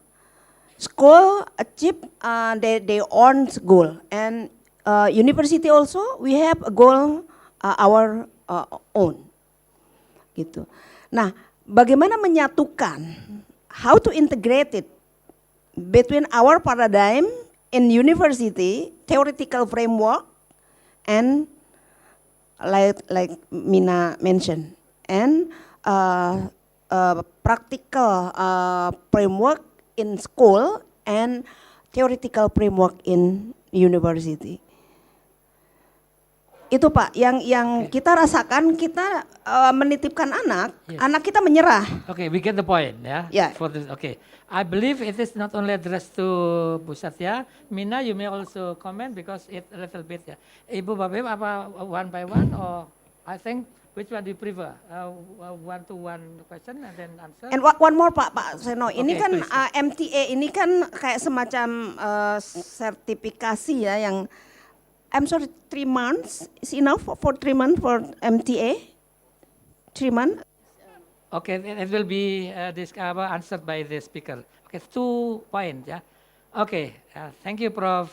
Sofi. Yeah, number 1 is about the different paradigm between schools and universities, and number 2 is about the duration of the MTB program, 3 months or something like that. Okay, now first will be Bu Satya, and then after that followed by Mina. Okay, silakan. And second question, please wait. Yeah, second and third, ya. Yeah. Baik, terima kasih Prof. Sofi. Saya juga, saya punya pengalaman karena saya dulu di sekolah. Jadi saya menerima mahasiswa yang praktikum di sekolah kami. Jadi kita juga merasakan bahwa tentu saja kita yang di sekolah selalu merasa ya kita sudah punya tujuan, sudah punya program sendiri, dan kadang-kadang mahasiswa ini datang dan sedikit seolah-olah kayak menambah gitu. Nah, cuma gini, yang saya menarik ketika saya, tentu saja kalau di Finlandia itu dibantu dengan adanya infrastruktur teacher training school itu tadi, yang memang bagian dari universitas. Nah, jadi itu mempermudah memang, mau tidak mau kita akui itu mempermudah. Dan juga kita harus akui jumlahnya tidak banyak mahasiswanya.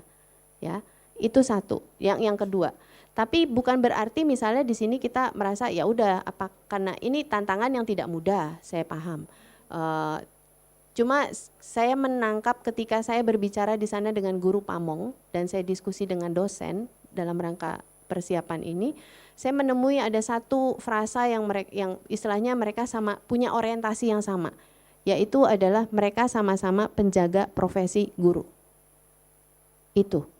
Jadi mau mereka ada di sekolah, mau mereka ada jadi dosen, mereka itu sama-sama orientasinya adalah menjaga profesi guru. Bagaimana profesi ini bisa tetap respectable, qualified, ya, highly qualified, and recognized and trusted, dipercaya. Tuh, jadi memang kita tidak mudah Bu. Jadi apalagi di sekolah guru-guru kadang-kadang udah sibuk dengan RPP, mengajar ya, rapor, dikejar-kejar dan lain sebagainya. Nah, cuma itulah sebabnya tadi kenapa kita perlu ada ekosistemnya. Dan ini perlu didukung misalnya dengan local authorities ya. Dan juga dengan kementerian misalnya di sini. Nah, kita perlu bikin ekosistemnya. Jadi ada guru yang emang betul-betul expert sebagai guru pamong. Sehingga nanti di lapangan itu tidak bingung. Harapannya sekolahnya juga harus bisa mendukung ini. Jadi ada guru-guru inti pamong di setiap sekolah yang memang ditunjuk sebagai sekolah mitra.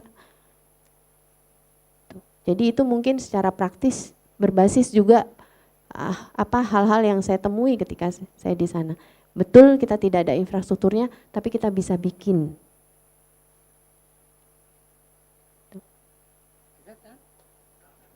Okay, Mina, you may elaborate a little bit because it deals a little bit with your with the question the material that you addressed about the duration of the MTE program. How long? And she mentioned 3 months or so. Both of you, Nina and Mina, you may. Okay, silakan. Yeah. Theoretical and practical. Yes, how to integrate theoretical and practical perspective. Okay, I try to answer for the different kind of paradigm. That's true. It's difficult, it's demanding, but how we are trying to do it, we prefer open communication.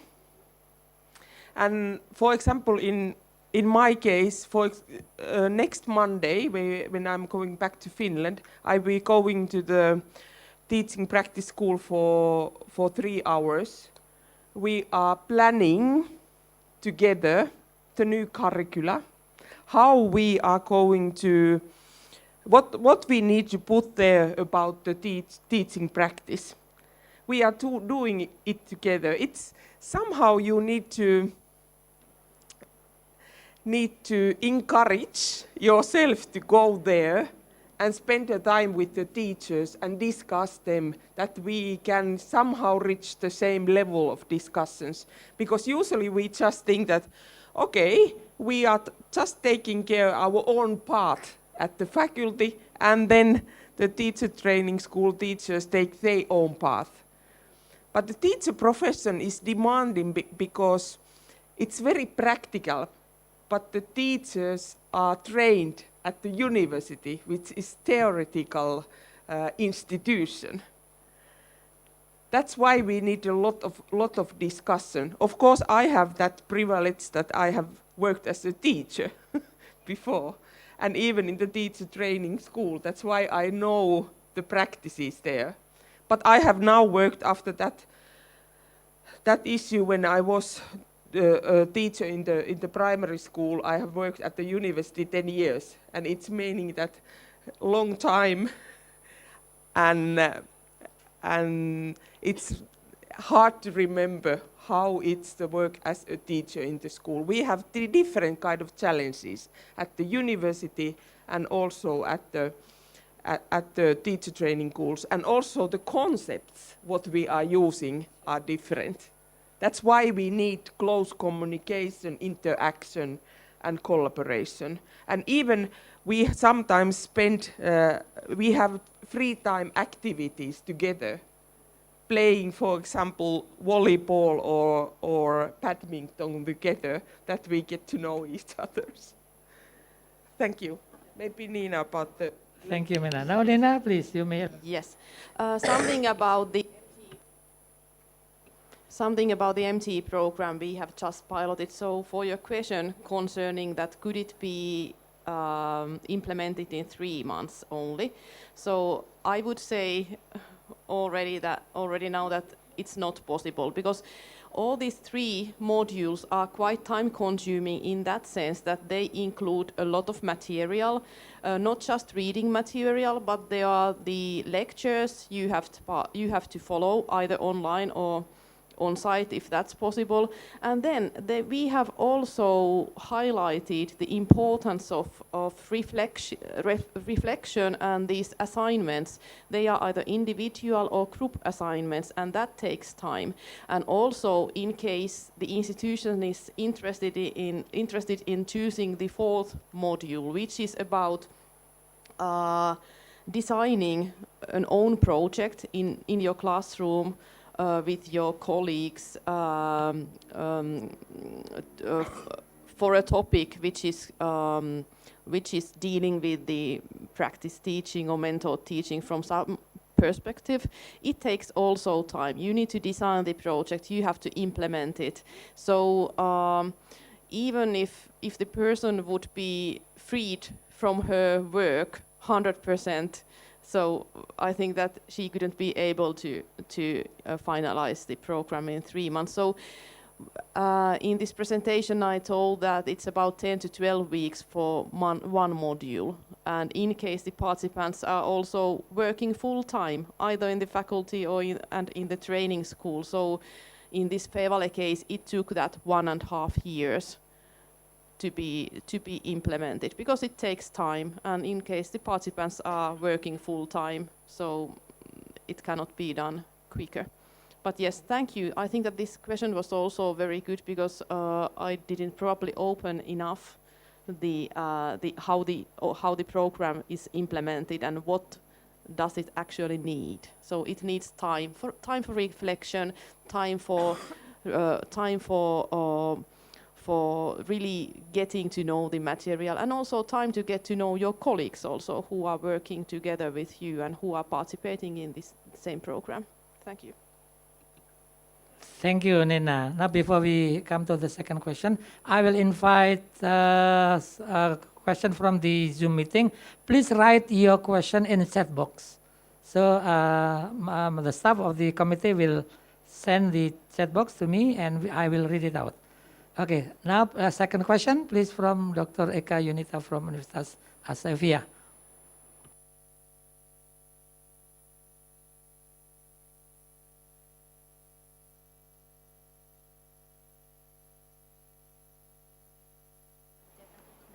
Yes. Okay. Thank you. I'm Eka Yunita. I'm from Universitas Islam Asaphia. I have 2 questions actually. First, are the big for both of you from Finland? Okay, Mina or Nina. Are the becoming teachers also assessed in terms of their talent or interest? We know that being teachers is not a common job actually. It needs not only passion, but also calling actually. Inside calling, that not only passion but inside calling, yeah? that we are called to be a teacher, to be an educator.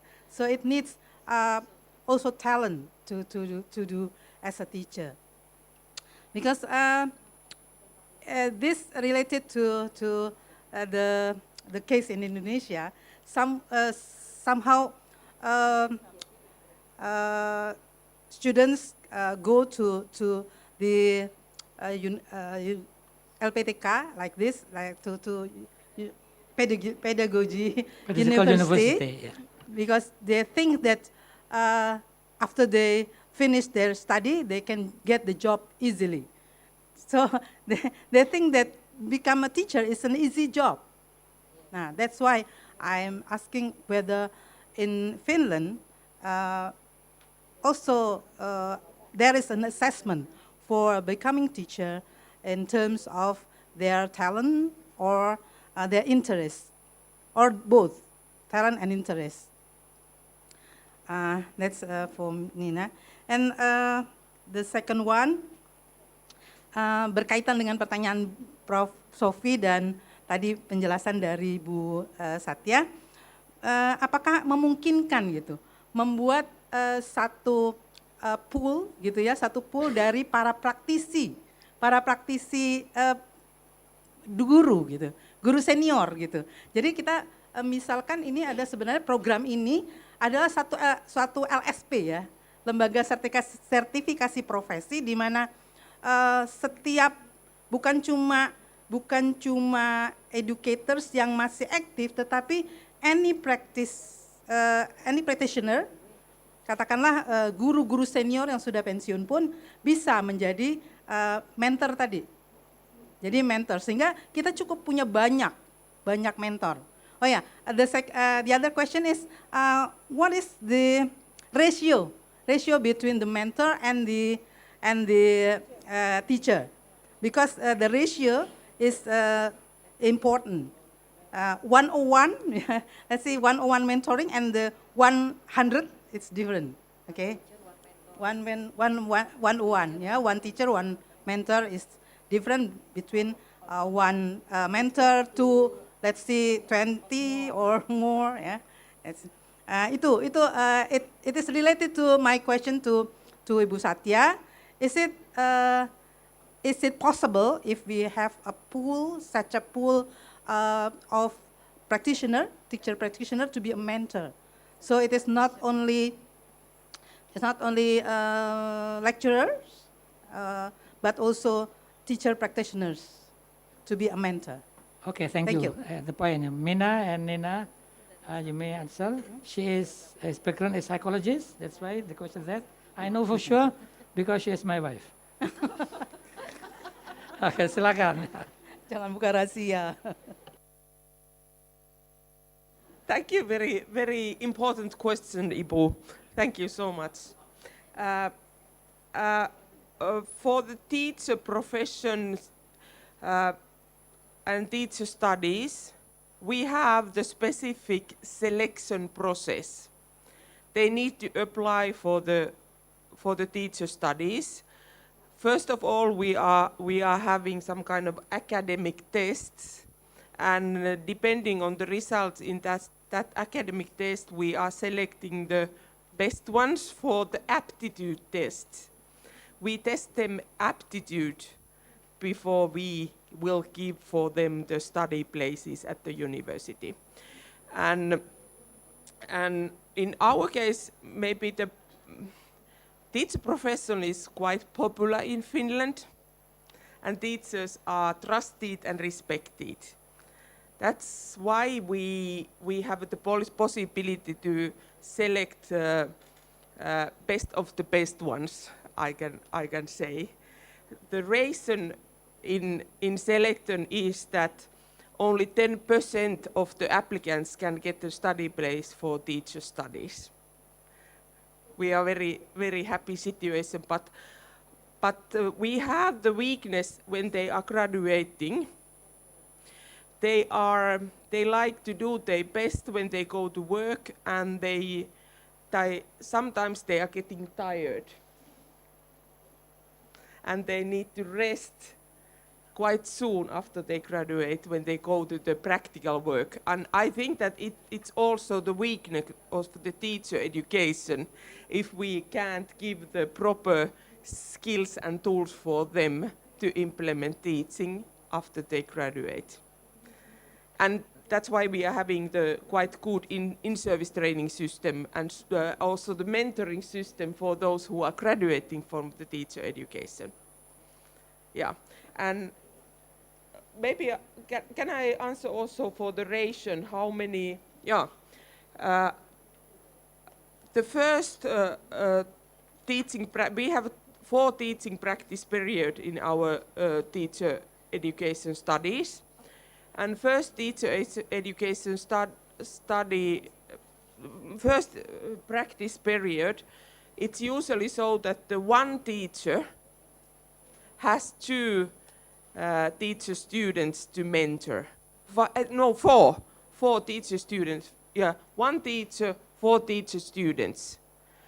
But they will have during the school year 4 periods. And in all periods they are having 4. It's meaning that the one teacher can mentor 16 teacher students per year.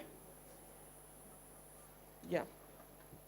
And is it also the case, Mina, like for example in teacher education for early childhood teacher, you don't have a teacher training school for that? Jadi Bapak Ibu untuk di persiapan guru TK, mereka nggak ada teacher training schoolnya, jadi mereka membuat seperti kita. Mereka harus ada sekolah mitra. Not yet. Only one. We have the piloting in Turku University where they have we call it small children's school, where they have a teaching practice school for the early childhood education teachers. But the other universities are organizing teaching practice for the early childhood education teachers in the public schools, government schools. Jadi mungkin itu ikut menjawab pertanyaannya Bu Eka ya. Nah, jadi di sana memang mereka tidak selalu itu praktek mengajarnya di sekolah teacher training school. Ada juga untuk guru TK itu di sekolah lokal. Nah, jadi mereka punya guru pamong yang ada di sekolah-sekolah lokal. Nah, jadi mereka punya poolnya. Dan mereka akan melakukan perencanaan bersama dengan dosen di Fakultas Pendidikan Anak Usia Dini. Nah, sehingga kalau ditanya misalnya apakah bisa kita punya pool seperti itu, saya percaya bisa. Saya yakin banyak sekali guru-guru kita yang sebenarnya juga ahli mengajar, sudah bertahun-tahun mengajar, punya pengalaman, ataupun mungkin baru beberapa tahun tapi juga mereka punya keinginan untuk menjadi ahli di bidangnya dan mereka melakukan peningkatan kapasitas. Saya yakin bisa, karena memang mentoring ini adalah pedagogi yang paling banyak digunakan, practice teaching itu pedagogi yang paling digunakan untuk mempersiapkan guru dimanapun di dunia. Tuh, jadi memang sudah jadi bagian bahwa kita itu melakukan practice teaching. Nah, sekiranya memang sekolah bisa dilibatkan dan guru-guru pamongnya juga mendapatkan pembekalan dan mereka tahu seperti apa perspektif yang kita gunakan, ya semoga proses praktikum mengajarnya jadi lebih baik. Tuh. Demikian mungkin Bu ya. Thank you, Bu Satya. Nina, maybe you want to add some? Is it already completed? Okay. Yes, it's already. Okay, thank you. Now we come to the third question. Ibu Mutia, please go ahead.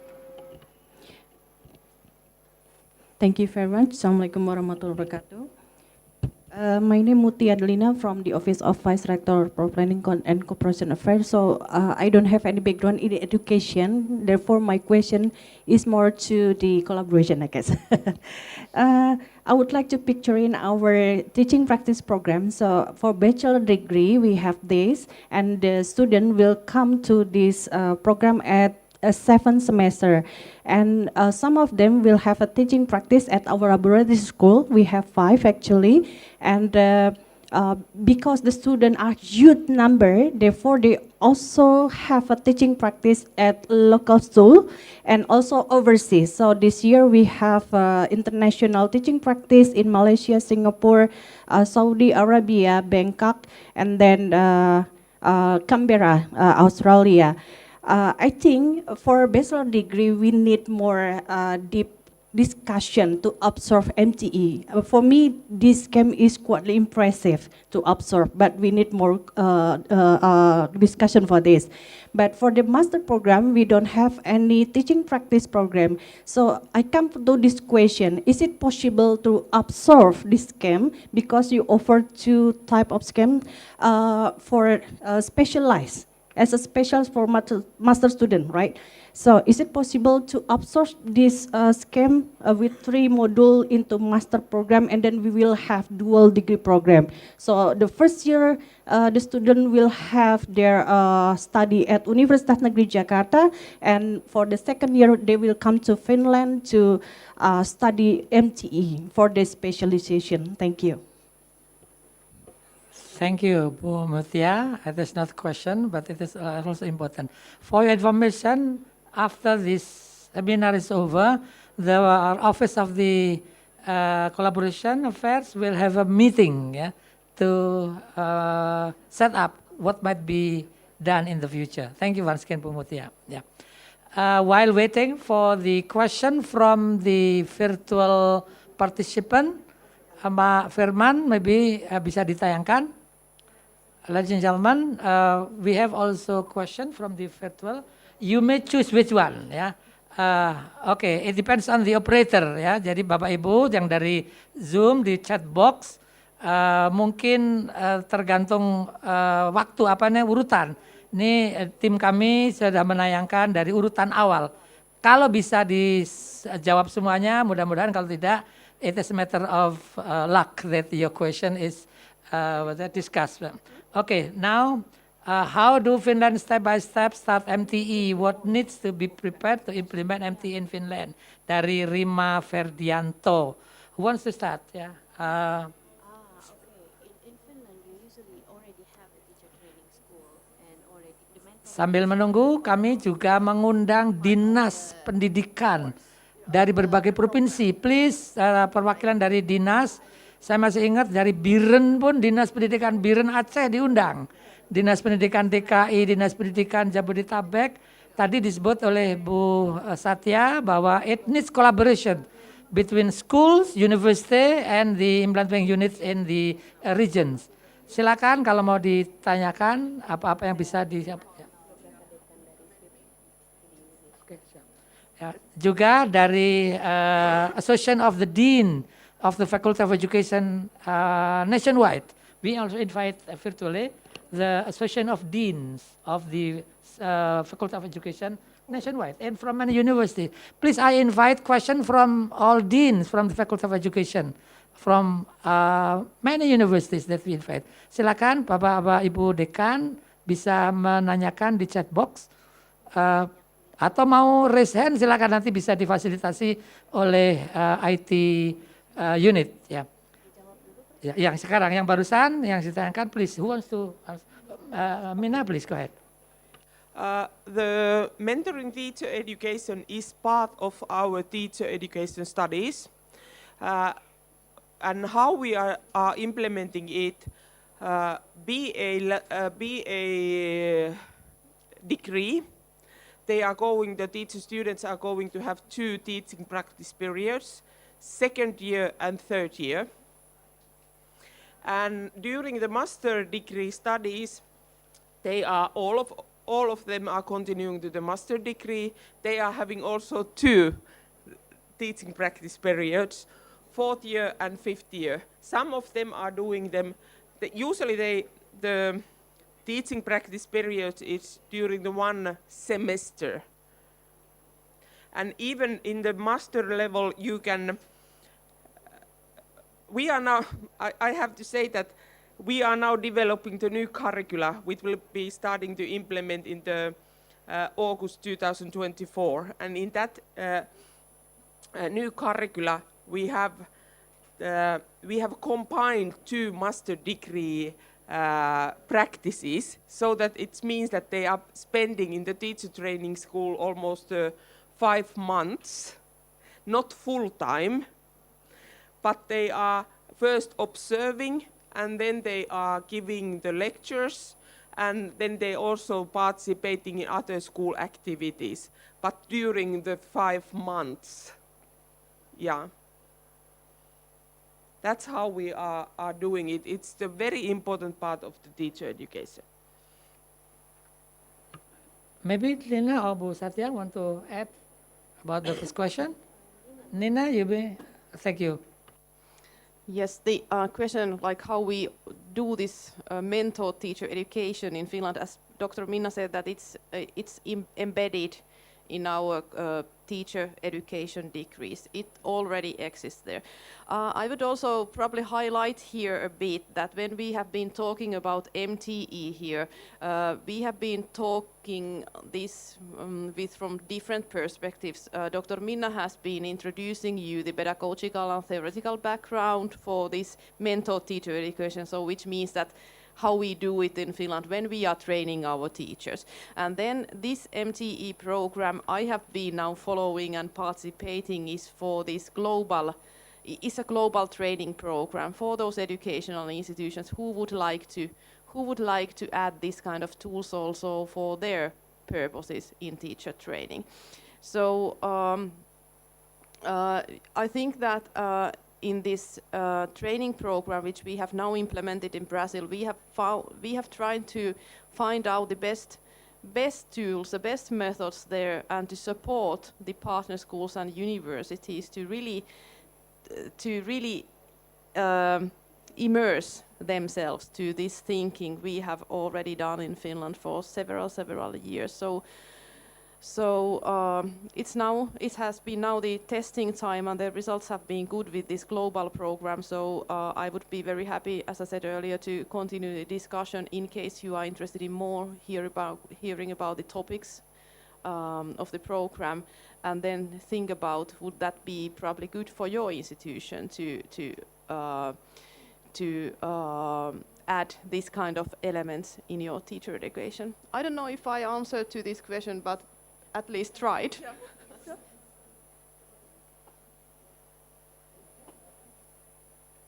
Thank you for the first question from the chat box. Mas Ferman, is there any other question from the chat box? Please show it and then we can discuss. Yeah, okay. This is from Pak Wawan. Yeah. Please, three of you may want to start answering this question. I believe it goes to Nina, yeah, it was about financial and budgeting. Okay, Nina, please. Hey, thank you for the good question. I'm always not working well with this mic. Yes, thank you, Wawan, concerning the question. So what components are required and what budget components must be prepared to get up and running MTE program in your institution? So what components are required? So we planned that originally that there has to be a teacher training institution. It might be a university, or in some other context it can be also some other organization which is giving a college, for example, which gives the teacher certification. And then we need a partnering school where the student will do the actual training, and where she will be mentored by the partner school teachers. So they have to be that kind of institutions who are planning to also enhance the quality of the practice teaching. And there might be different kind of reasons why institutions might want to have this MTE program. For some cases, I believe that in case the institution wants to have very high or more high qualified and motivated new students to their teacher education program. So that would be a very good opportunity to enhance the brand and also be one marketing opportunity to also to nationwide or region-wide or city-wide to say that, hey, we have had this program, we have created this kind of operational model for practice teaching, we are doing this kind of mentor teacher education which gives the teachers that kind of tools necessary for in their future profession. So and also these institutions who are willing to start this kind of MTE program with their partner or with their network, it also needs long time commitment because well, as I said, that this takes like 1.5 years only the program itself, but when the institution is starting then to really develop their own model for practice teaching, then it needs time.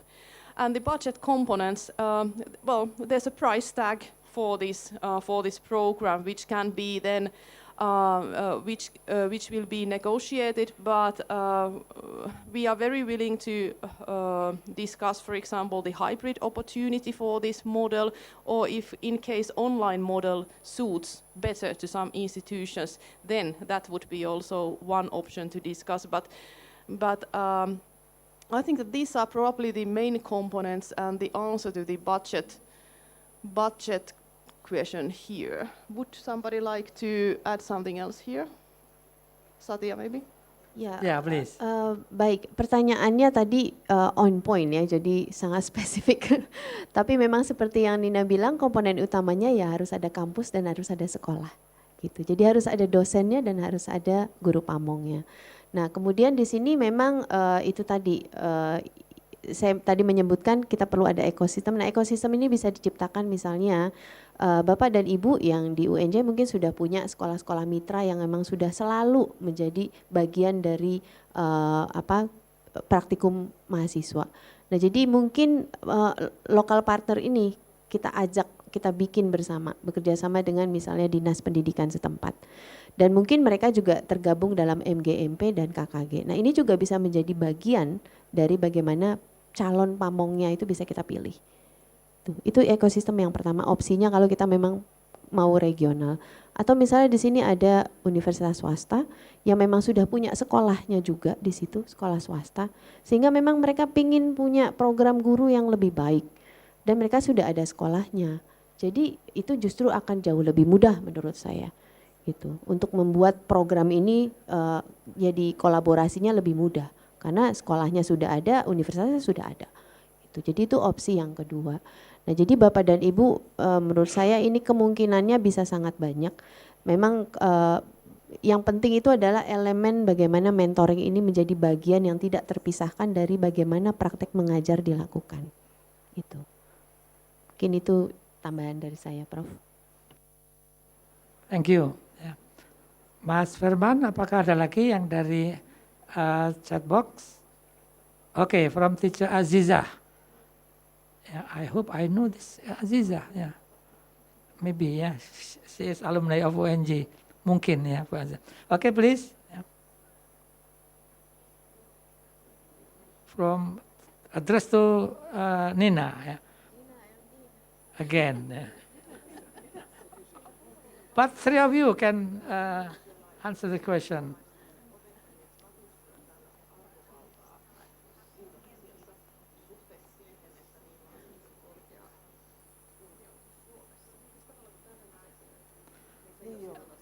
Dari ruang sini juga masih diundang pertanyaan, kita masih punya waktu sedikit lagi, 20-30 menit lagi, silakan. Ya, yeah, who wants to start answering this? Okay, Mina, please. Okay. Now this is the, if I can solve this, I will be getting a Nobel Prize. I think. But this is very important issue because it supports also the teachers' well-being. I think that the main issue is that teacher, first of all, have a good self-esteem and believes her and at least respects her own knowledge and skills as a teacher. And when you are strong by yourself and believe yourself, the others also, how I can say, feel that atmosphere and start to respect you. That's very wide answer, but the key point is yourself. Start from yourself. And also we have been discussing a lot in this MTE program in Brazil on the topic of learning community and your own school as a learning community. So maybe starting there in your, well, I think that it is a core. You know your local school, you know your colleagues there, you know the parents, you know the management there. So starting from your own school and on your own professional circle there, to share your knowledge, to really appreciate your profession. But I think that this is very difficult, and I don't know what kind of tools there should be. So Nobel Prize then for because the teacher's profession in many countries, it's not so highly appreciated as it is in Finland. So we are living in a very lucky country in that sense, that we have had that huge prestige for the teachers have enjoyed a huge prestige for 100 years now. But yeah, this is a difficult question, and I think that learning community would be also one option then to start for having this profession more notable, more remarked, more esteemed. Yeah, that's all. Thank you, Nina. Bu Satya, you want to add? Ya, ini memang pertanyaan yang paling sering ditanyakan. Jadi kalau ditanya ke sana gimana kok gurunya bisa begitu highly regarded, begitu dipercaya, begitu dihormati. Nah, jadi ini memang hal-hal yang kalau ke sana bertemu dengan guru-gurunya itu memang sangat terasa. Mereka tahu saya adalah seorang guru, and they carry themselves well. Mereka tahu mereka adalah expert di bidangnya. Tapi ini memang tidak datang semerta-merta ya Bapak Ibu. Jadi memang ada proses panjang dari proses pendidikan mereka, dari mulai seleksi, proses pendidikan mereka selama praktikum. Praktikumnya juga mereka di sebuah komunitas yang memang membantu mereka untuk membentuk identitas mereka sebagai guru profesional. Nah tapi tentu saja di luarnya itu juga misalnya diskursus di media, misalnya ya di media massa, itu juga mereka punya semacam kehati-hatian gitu loh untuk membicarakan profesi guru ini. Jadi mereka betul-betul dihormati, itu tidak sembarangan juga di berita itu. Nah ini tentu saja tidak bisa hanya kerja 1-2 komunitas, ini harus bersama. Kalau saya melihat di sana otoritas misalnya mereka ada teachers union, jadi ada ada universitas dan ada pihak pemerintah juga yang meregulasi. Nah ini harus bersama-sama supaya profesinya itu martabatnya dijaga bersama. Gitu. Okay, thank you. Ladies and gentlemen, I must apologize. I will disagree with what Ibu Satya said. Saya yakin tidak setuju. Until you go there and feel that it is true. So that's why please from now on set your focus. I must go to Finland, I will get scholarship and then learn whether or not this is true. So make effort ya. Make effort there ya. Kalau saja saya masih punya kesempatan, I will go there. Ya. Kalau mudah ya. So please prove it yourself. Prove it yourself. How Finland improve ya. But I have one motivational word ya. If I may add a little bit Nina ya. Look at the word, the spelling of improvement.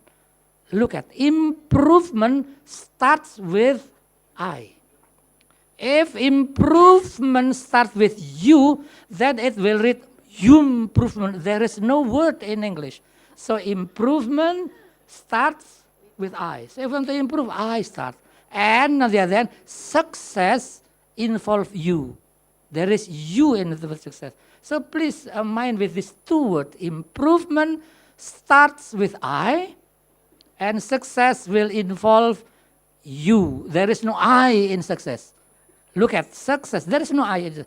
Success always involves you. Improvement starts from I. I think it also works if we motivate ourselves. Thank you. Yeah.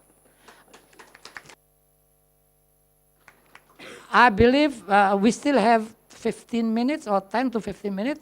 If 1 or 2 more questions from the chat box, finish. No more question from chat box. Silakan dari sini. I will count. Bu Mutia, silakan, go ahead. Thank you, Pak Seno. This is a further question to follow up my question actually. Maybe it's the best for you to repeat the criteria of condition for the teacher mentor, the first one. And the second one, if we adopt the MTE to master program, when it should be start, in which semester? Thank you. Master the program, okay? It is addressed to 3 of the speakers. Okay, who wants to start? Is it clear, Mina and Nina?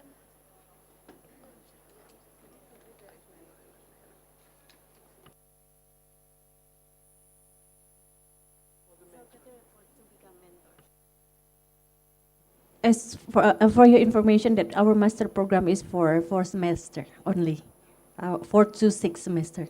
Yeah.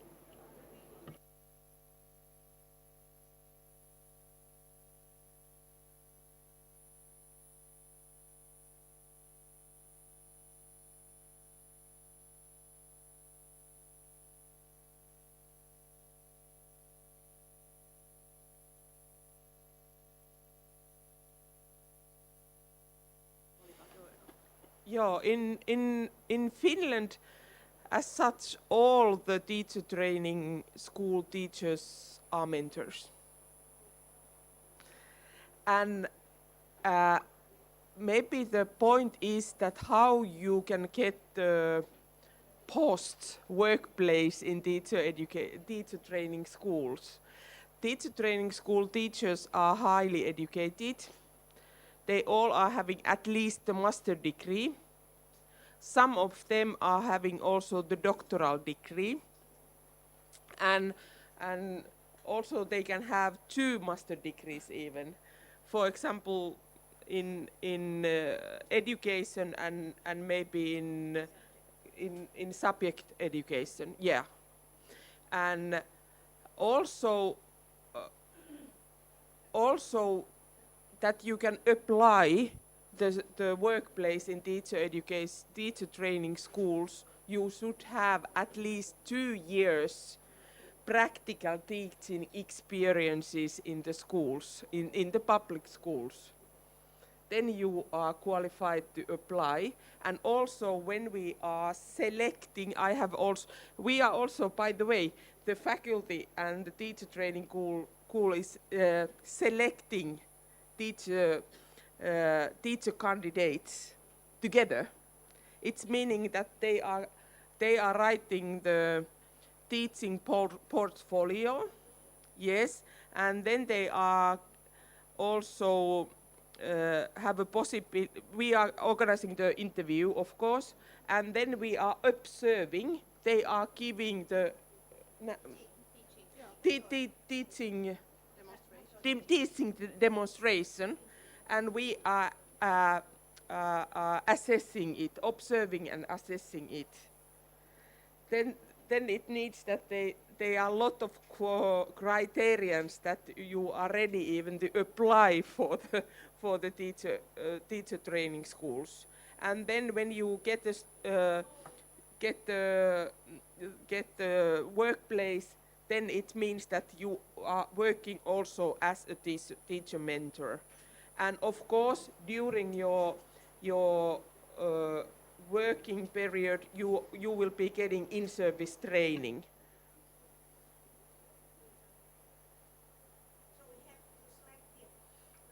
Yeah. Other task for you.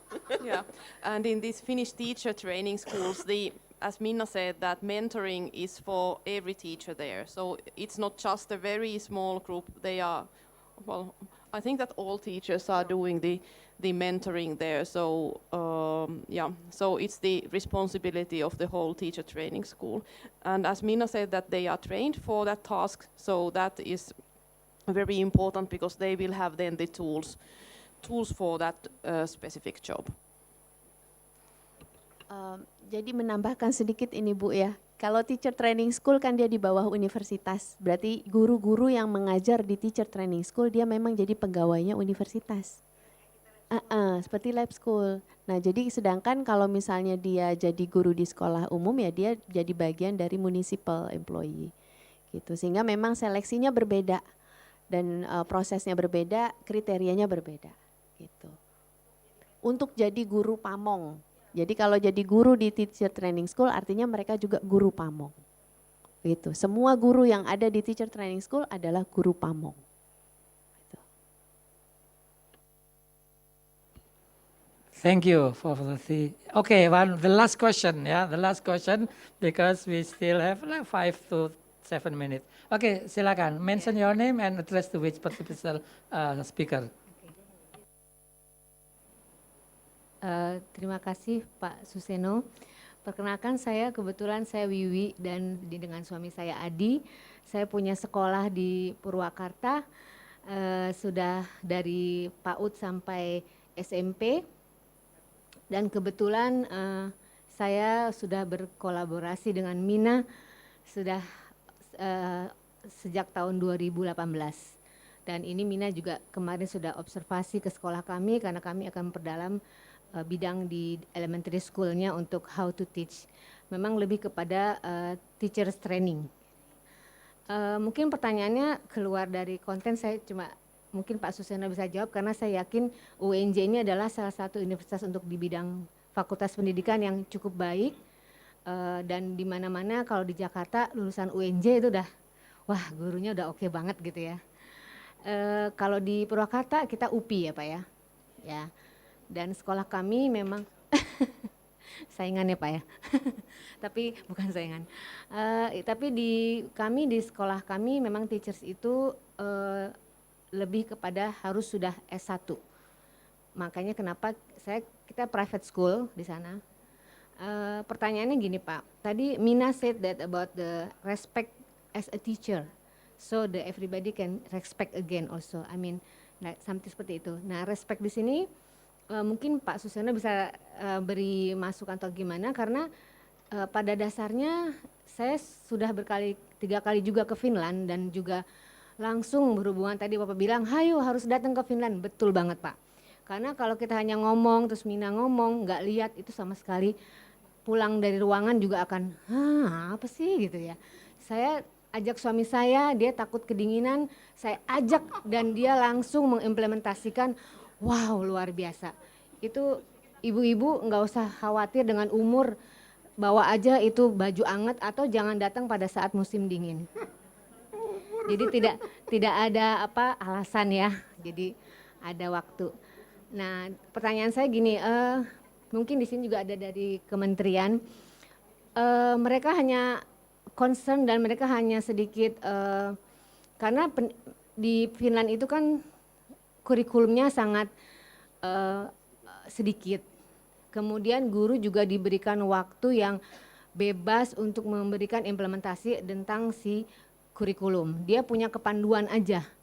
Selesainya terserah guru itu akan mempraktikalnya seperti apa. Nah kalau di kita Pak, masalahnya dengan 18 kurikulum aja, itu harus selesai Pak. Jadi dari guru itu akan kadang-kadang pusing, aduh hari ini aku mesti bikin ini, mesti bikin lesson plan gitu ya Pak. Jadi saya bilang sama Mina, gimana caranya, ternyata agak susah Pak.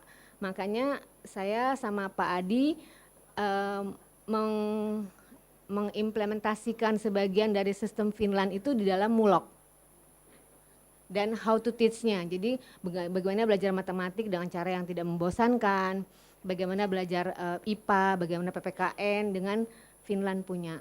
Nah ini gimana ya Pak, menurut saya apakah mungkin pemerintah bisa mengedukasi atau mengkiblatkan sedikit ke Finland Pak untuk masalah kurikulum nasional, gitu sih menurut saya. Iya jangan terlalu banyak, guru-guru sana juga sebenarnya sangat antusias dan sangat menghargai. SD ya, ya kan ada kurikulum nasional dan memang sekarang kan sistemnya kurikulum merdeka ya Bu ya. Tapi dia bilang, aduh tapi saya nggak merdeka tuh katanya. Saya nggak tahu di sini pendidik yang mendidik guru-guru ya Pak Bu ya di sini ya. Kebanyakan mendidik untuk guru-guru. Itu aja sih Pak. Pak Suseno mungkin kasih masukan buat saya, buat kami. Thank you. Mina, similar question. If I could answer this question, I would be awarded with the Nobel Prize. Yeah, yeah. But it is not easy. Yeah.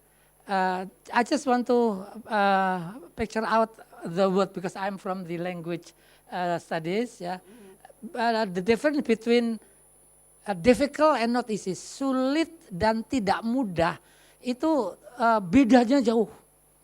Jadi please plant and also keep in mind, di dunia ini tidak ada yang sulit. Tidak ada yang sulit, adanya tidak mudah. Believe me, between difficult and not easy is far different. When you put something not easy, there is the word easy in this memory. Yeah. Jadi it is not easy. I understand it's not easy to implement, how to merge, but you see, from the word impossible to make it possible, it is very easy. Just put apostrophe after I. Impossible, put a tick, it will become I am possible. It is, yeah, very easy. So there is no impossibility under the globe. Yeah, just put it an apostrophe after, and it works. Believe me. Yeah. So kapan-kapan kita collaborate again ya.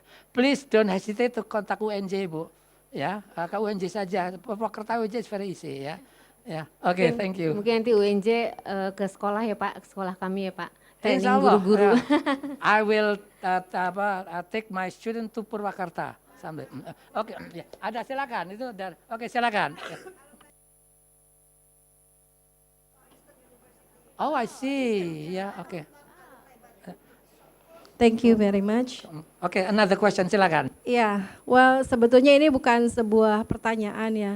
I just want to share some experience when I was in Finland. Do you still remember me, Mina? Yeah. Okay. One thing that I still remember when I was in Finland in 2018. At that time, I was one of the short course participant at that time. So mungkin saya jelaskan dulu pakai bahasa Indonesia, and then I will tell you in English. Okay. But waktu pada saat itu tahun 2018, kebetulan saya punya kesempatan untuk short course di sana dengan Bu Sofi juga waktu itu. Beliau yang menginisiasi programnya. Nah pada saat itu salah satu profesor dari universitas tempat kami short course itu memberikan saya kesempatan untuk sharing di dalam sebuah event professional development, baik untuk guru dan juga salah satunya adalah untuk local municipality, di mana mereka yang memegang kebijakan tentang pendidikan. Setelah diskusi waktu itu kebetulan tempatnya adalah di Helsinki University, tempat professional developmentnya kegiatan itu dilakukan. Nah di sana saya tuh yang saya amaze itu adalah program itu bukan hanya dihadiri oleh guru, tapi bagaimana pembuat kebijakan lokal, artinya pemerintah daerah dan pemerintah kota itu ikut terlibat. Salah satu topik yang waktu itu saya angkat adalah tentang quality assurance in education in Indonesia, karena early childhood education institution di Indonesia itu kan masih banyak dipegang oleh private sector, not public sector. Nah makanya bagaimana pemerintah untuk mengawasi kualitas dalam pendidikan itu gitu. Nah di sana saya menjadi refleksi tentang this MTE program. I think it's not only for the teacher but also for the local municipality also. Terutama adalah untuk penilik dan juga pengawas sekolah. Karena I think this is that we have need to be supported because in 2015 and 16 saya bersama-sama World Bank mengadakan riset tentang menjadi bagian researchernya mereka tentang pengawas dan pengawas dan juga penilik sekolah, terutama untuk early childhood. Nah di sini one of the problem adalah mereka itu tidak they are very lacking of knowledge about how to conduct education for children at that time. So I think this is not only a teacher problem but also the school supervisors, which, yeah, until today we still face that kind of situation, because when I was be part of our school laboratory, and I was principal at that time, the school supervisor from the let's say from Jakarta, they really asked me to follow what they already know, but not our experience and innovation. Since that time, and now we are doing PPG, it also happens, and all the teachers told me the same problem. So I think this is time not only for the teacher, but also for them. So please, I think we need to consider about their professional development also. Thank you. Thank you for the encouragement. Ya, oke. Sepertinya bukan pertanyaan ya, because it's also time also ya. Tawaran Okay. program Pak tepatnya. Yeah, okay. Thank you. Oh, maybe you want to comment on this particular issue, Bu Satya? Saya sepakat sih dengan yang disampaikan tadi. Jadi mungkin ya bisa kita tambah untuk yang ikut MTI ini mungkin pengawas sekolah harus ikut ya. Kemudian juga pengambil kebijakan lokal juga mungkin perlu tahu gitu. Kepala dinasnya ya. Nah jadi ya karena memang di sana kolaboratif sekali itu perumusan kebijakan pendidikan lokalnya. Semua terlibat. Jadi itu memang jadi bagian dari semua. Nah, jadi ini hands on sekali. Jadi sepakat kalau bisa semua suruh ikut aja ya. Nah, cuma menambahkan saja bahwa di kita di Finland tuh tidak ada lagi pengawas sekolah. Nggak ada pengawas sekolah. Gitu. Jadi tapi kita perlu ingat bahwa mereka ini prosesnya lama, 30 tahun lebih. Mungkin sekarang tahun 70-an, berarti sudah 50 tahun. Mereka mereformasi pendidikannya termasuk pendidikan gurunya. Jadi ini panjang sekali sampai di mana tahap begitu bagusnya pendidikan guru mereka ketika ada lulusannya jadi guru tidak perlu lagi disupervisi. Tapi 50 tahun. Okay, thank you, Bu Satya. I don't think you need to comment on this because you already. Baik, Bapak Ibu sekalian, tidak terasa now it is time to end our session. Yes, it is now 11:16. Memang direncanakan 11:15. Before we end the session, maybe some closing remarks from Nina, and also Bu Satya. Just one word for closing remark, please. Go ahead. One word. Thank you. Okay. I like to say one word, and it's trust. Thank you. Thank you. Trust between us. Okay, thank you very much. Okay, thank you.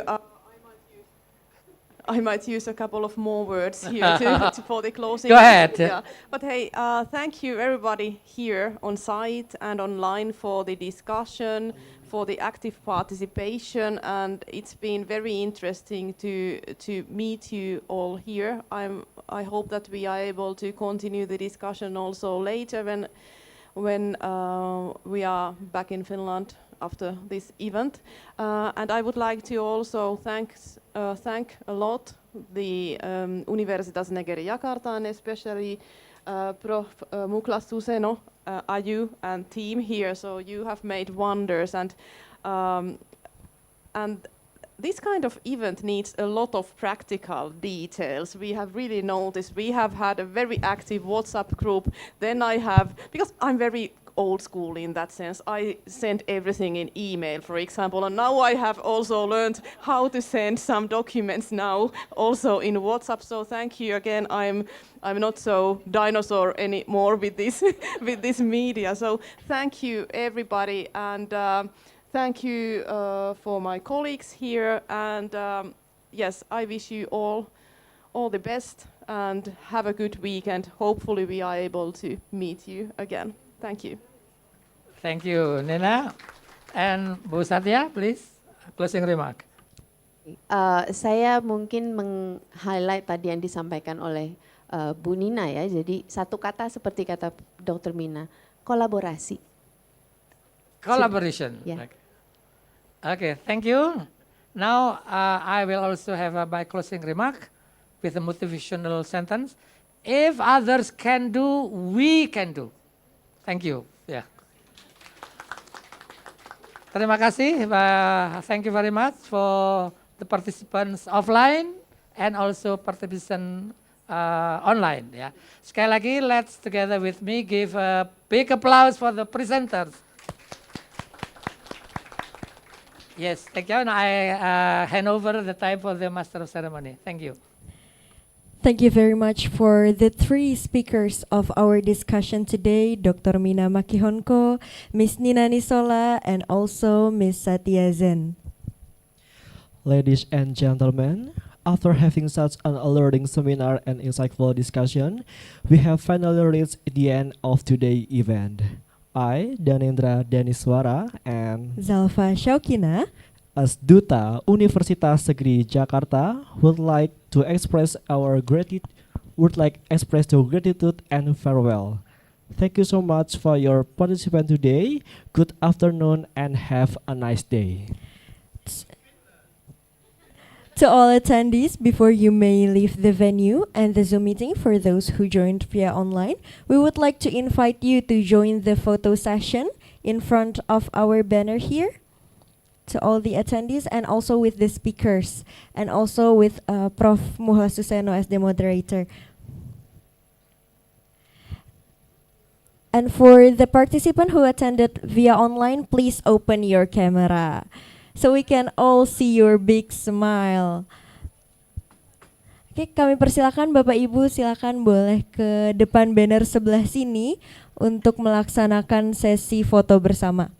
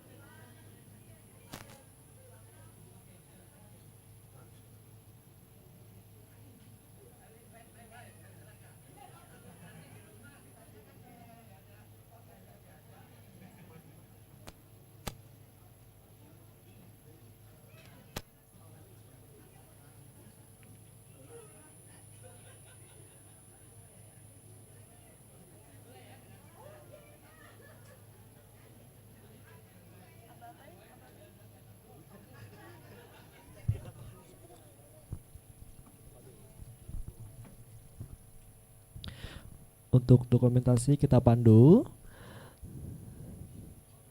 Oh.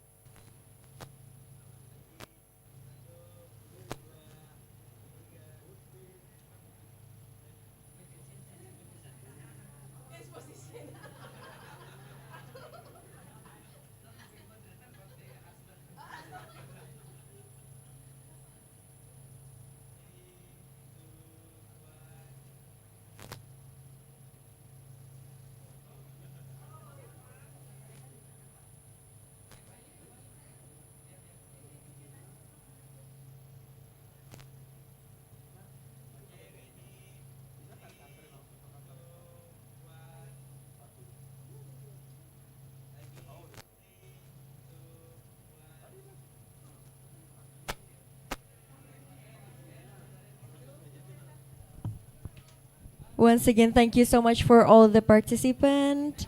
Have a nice day ahead.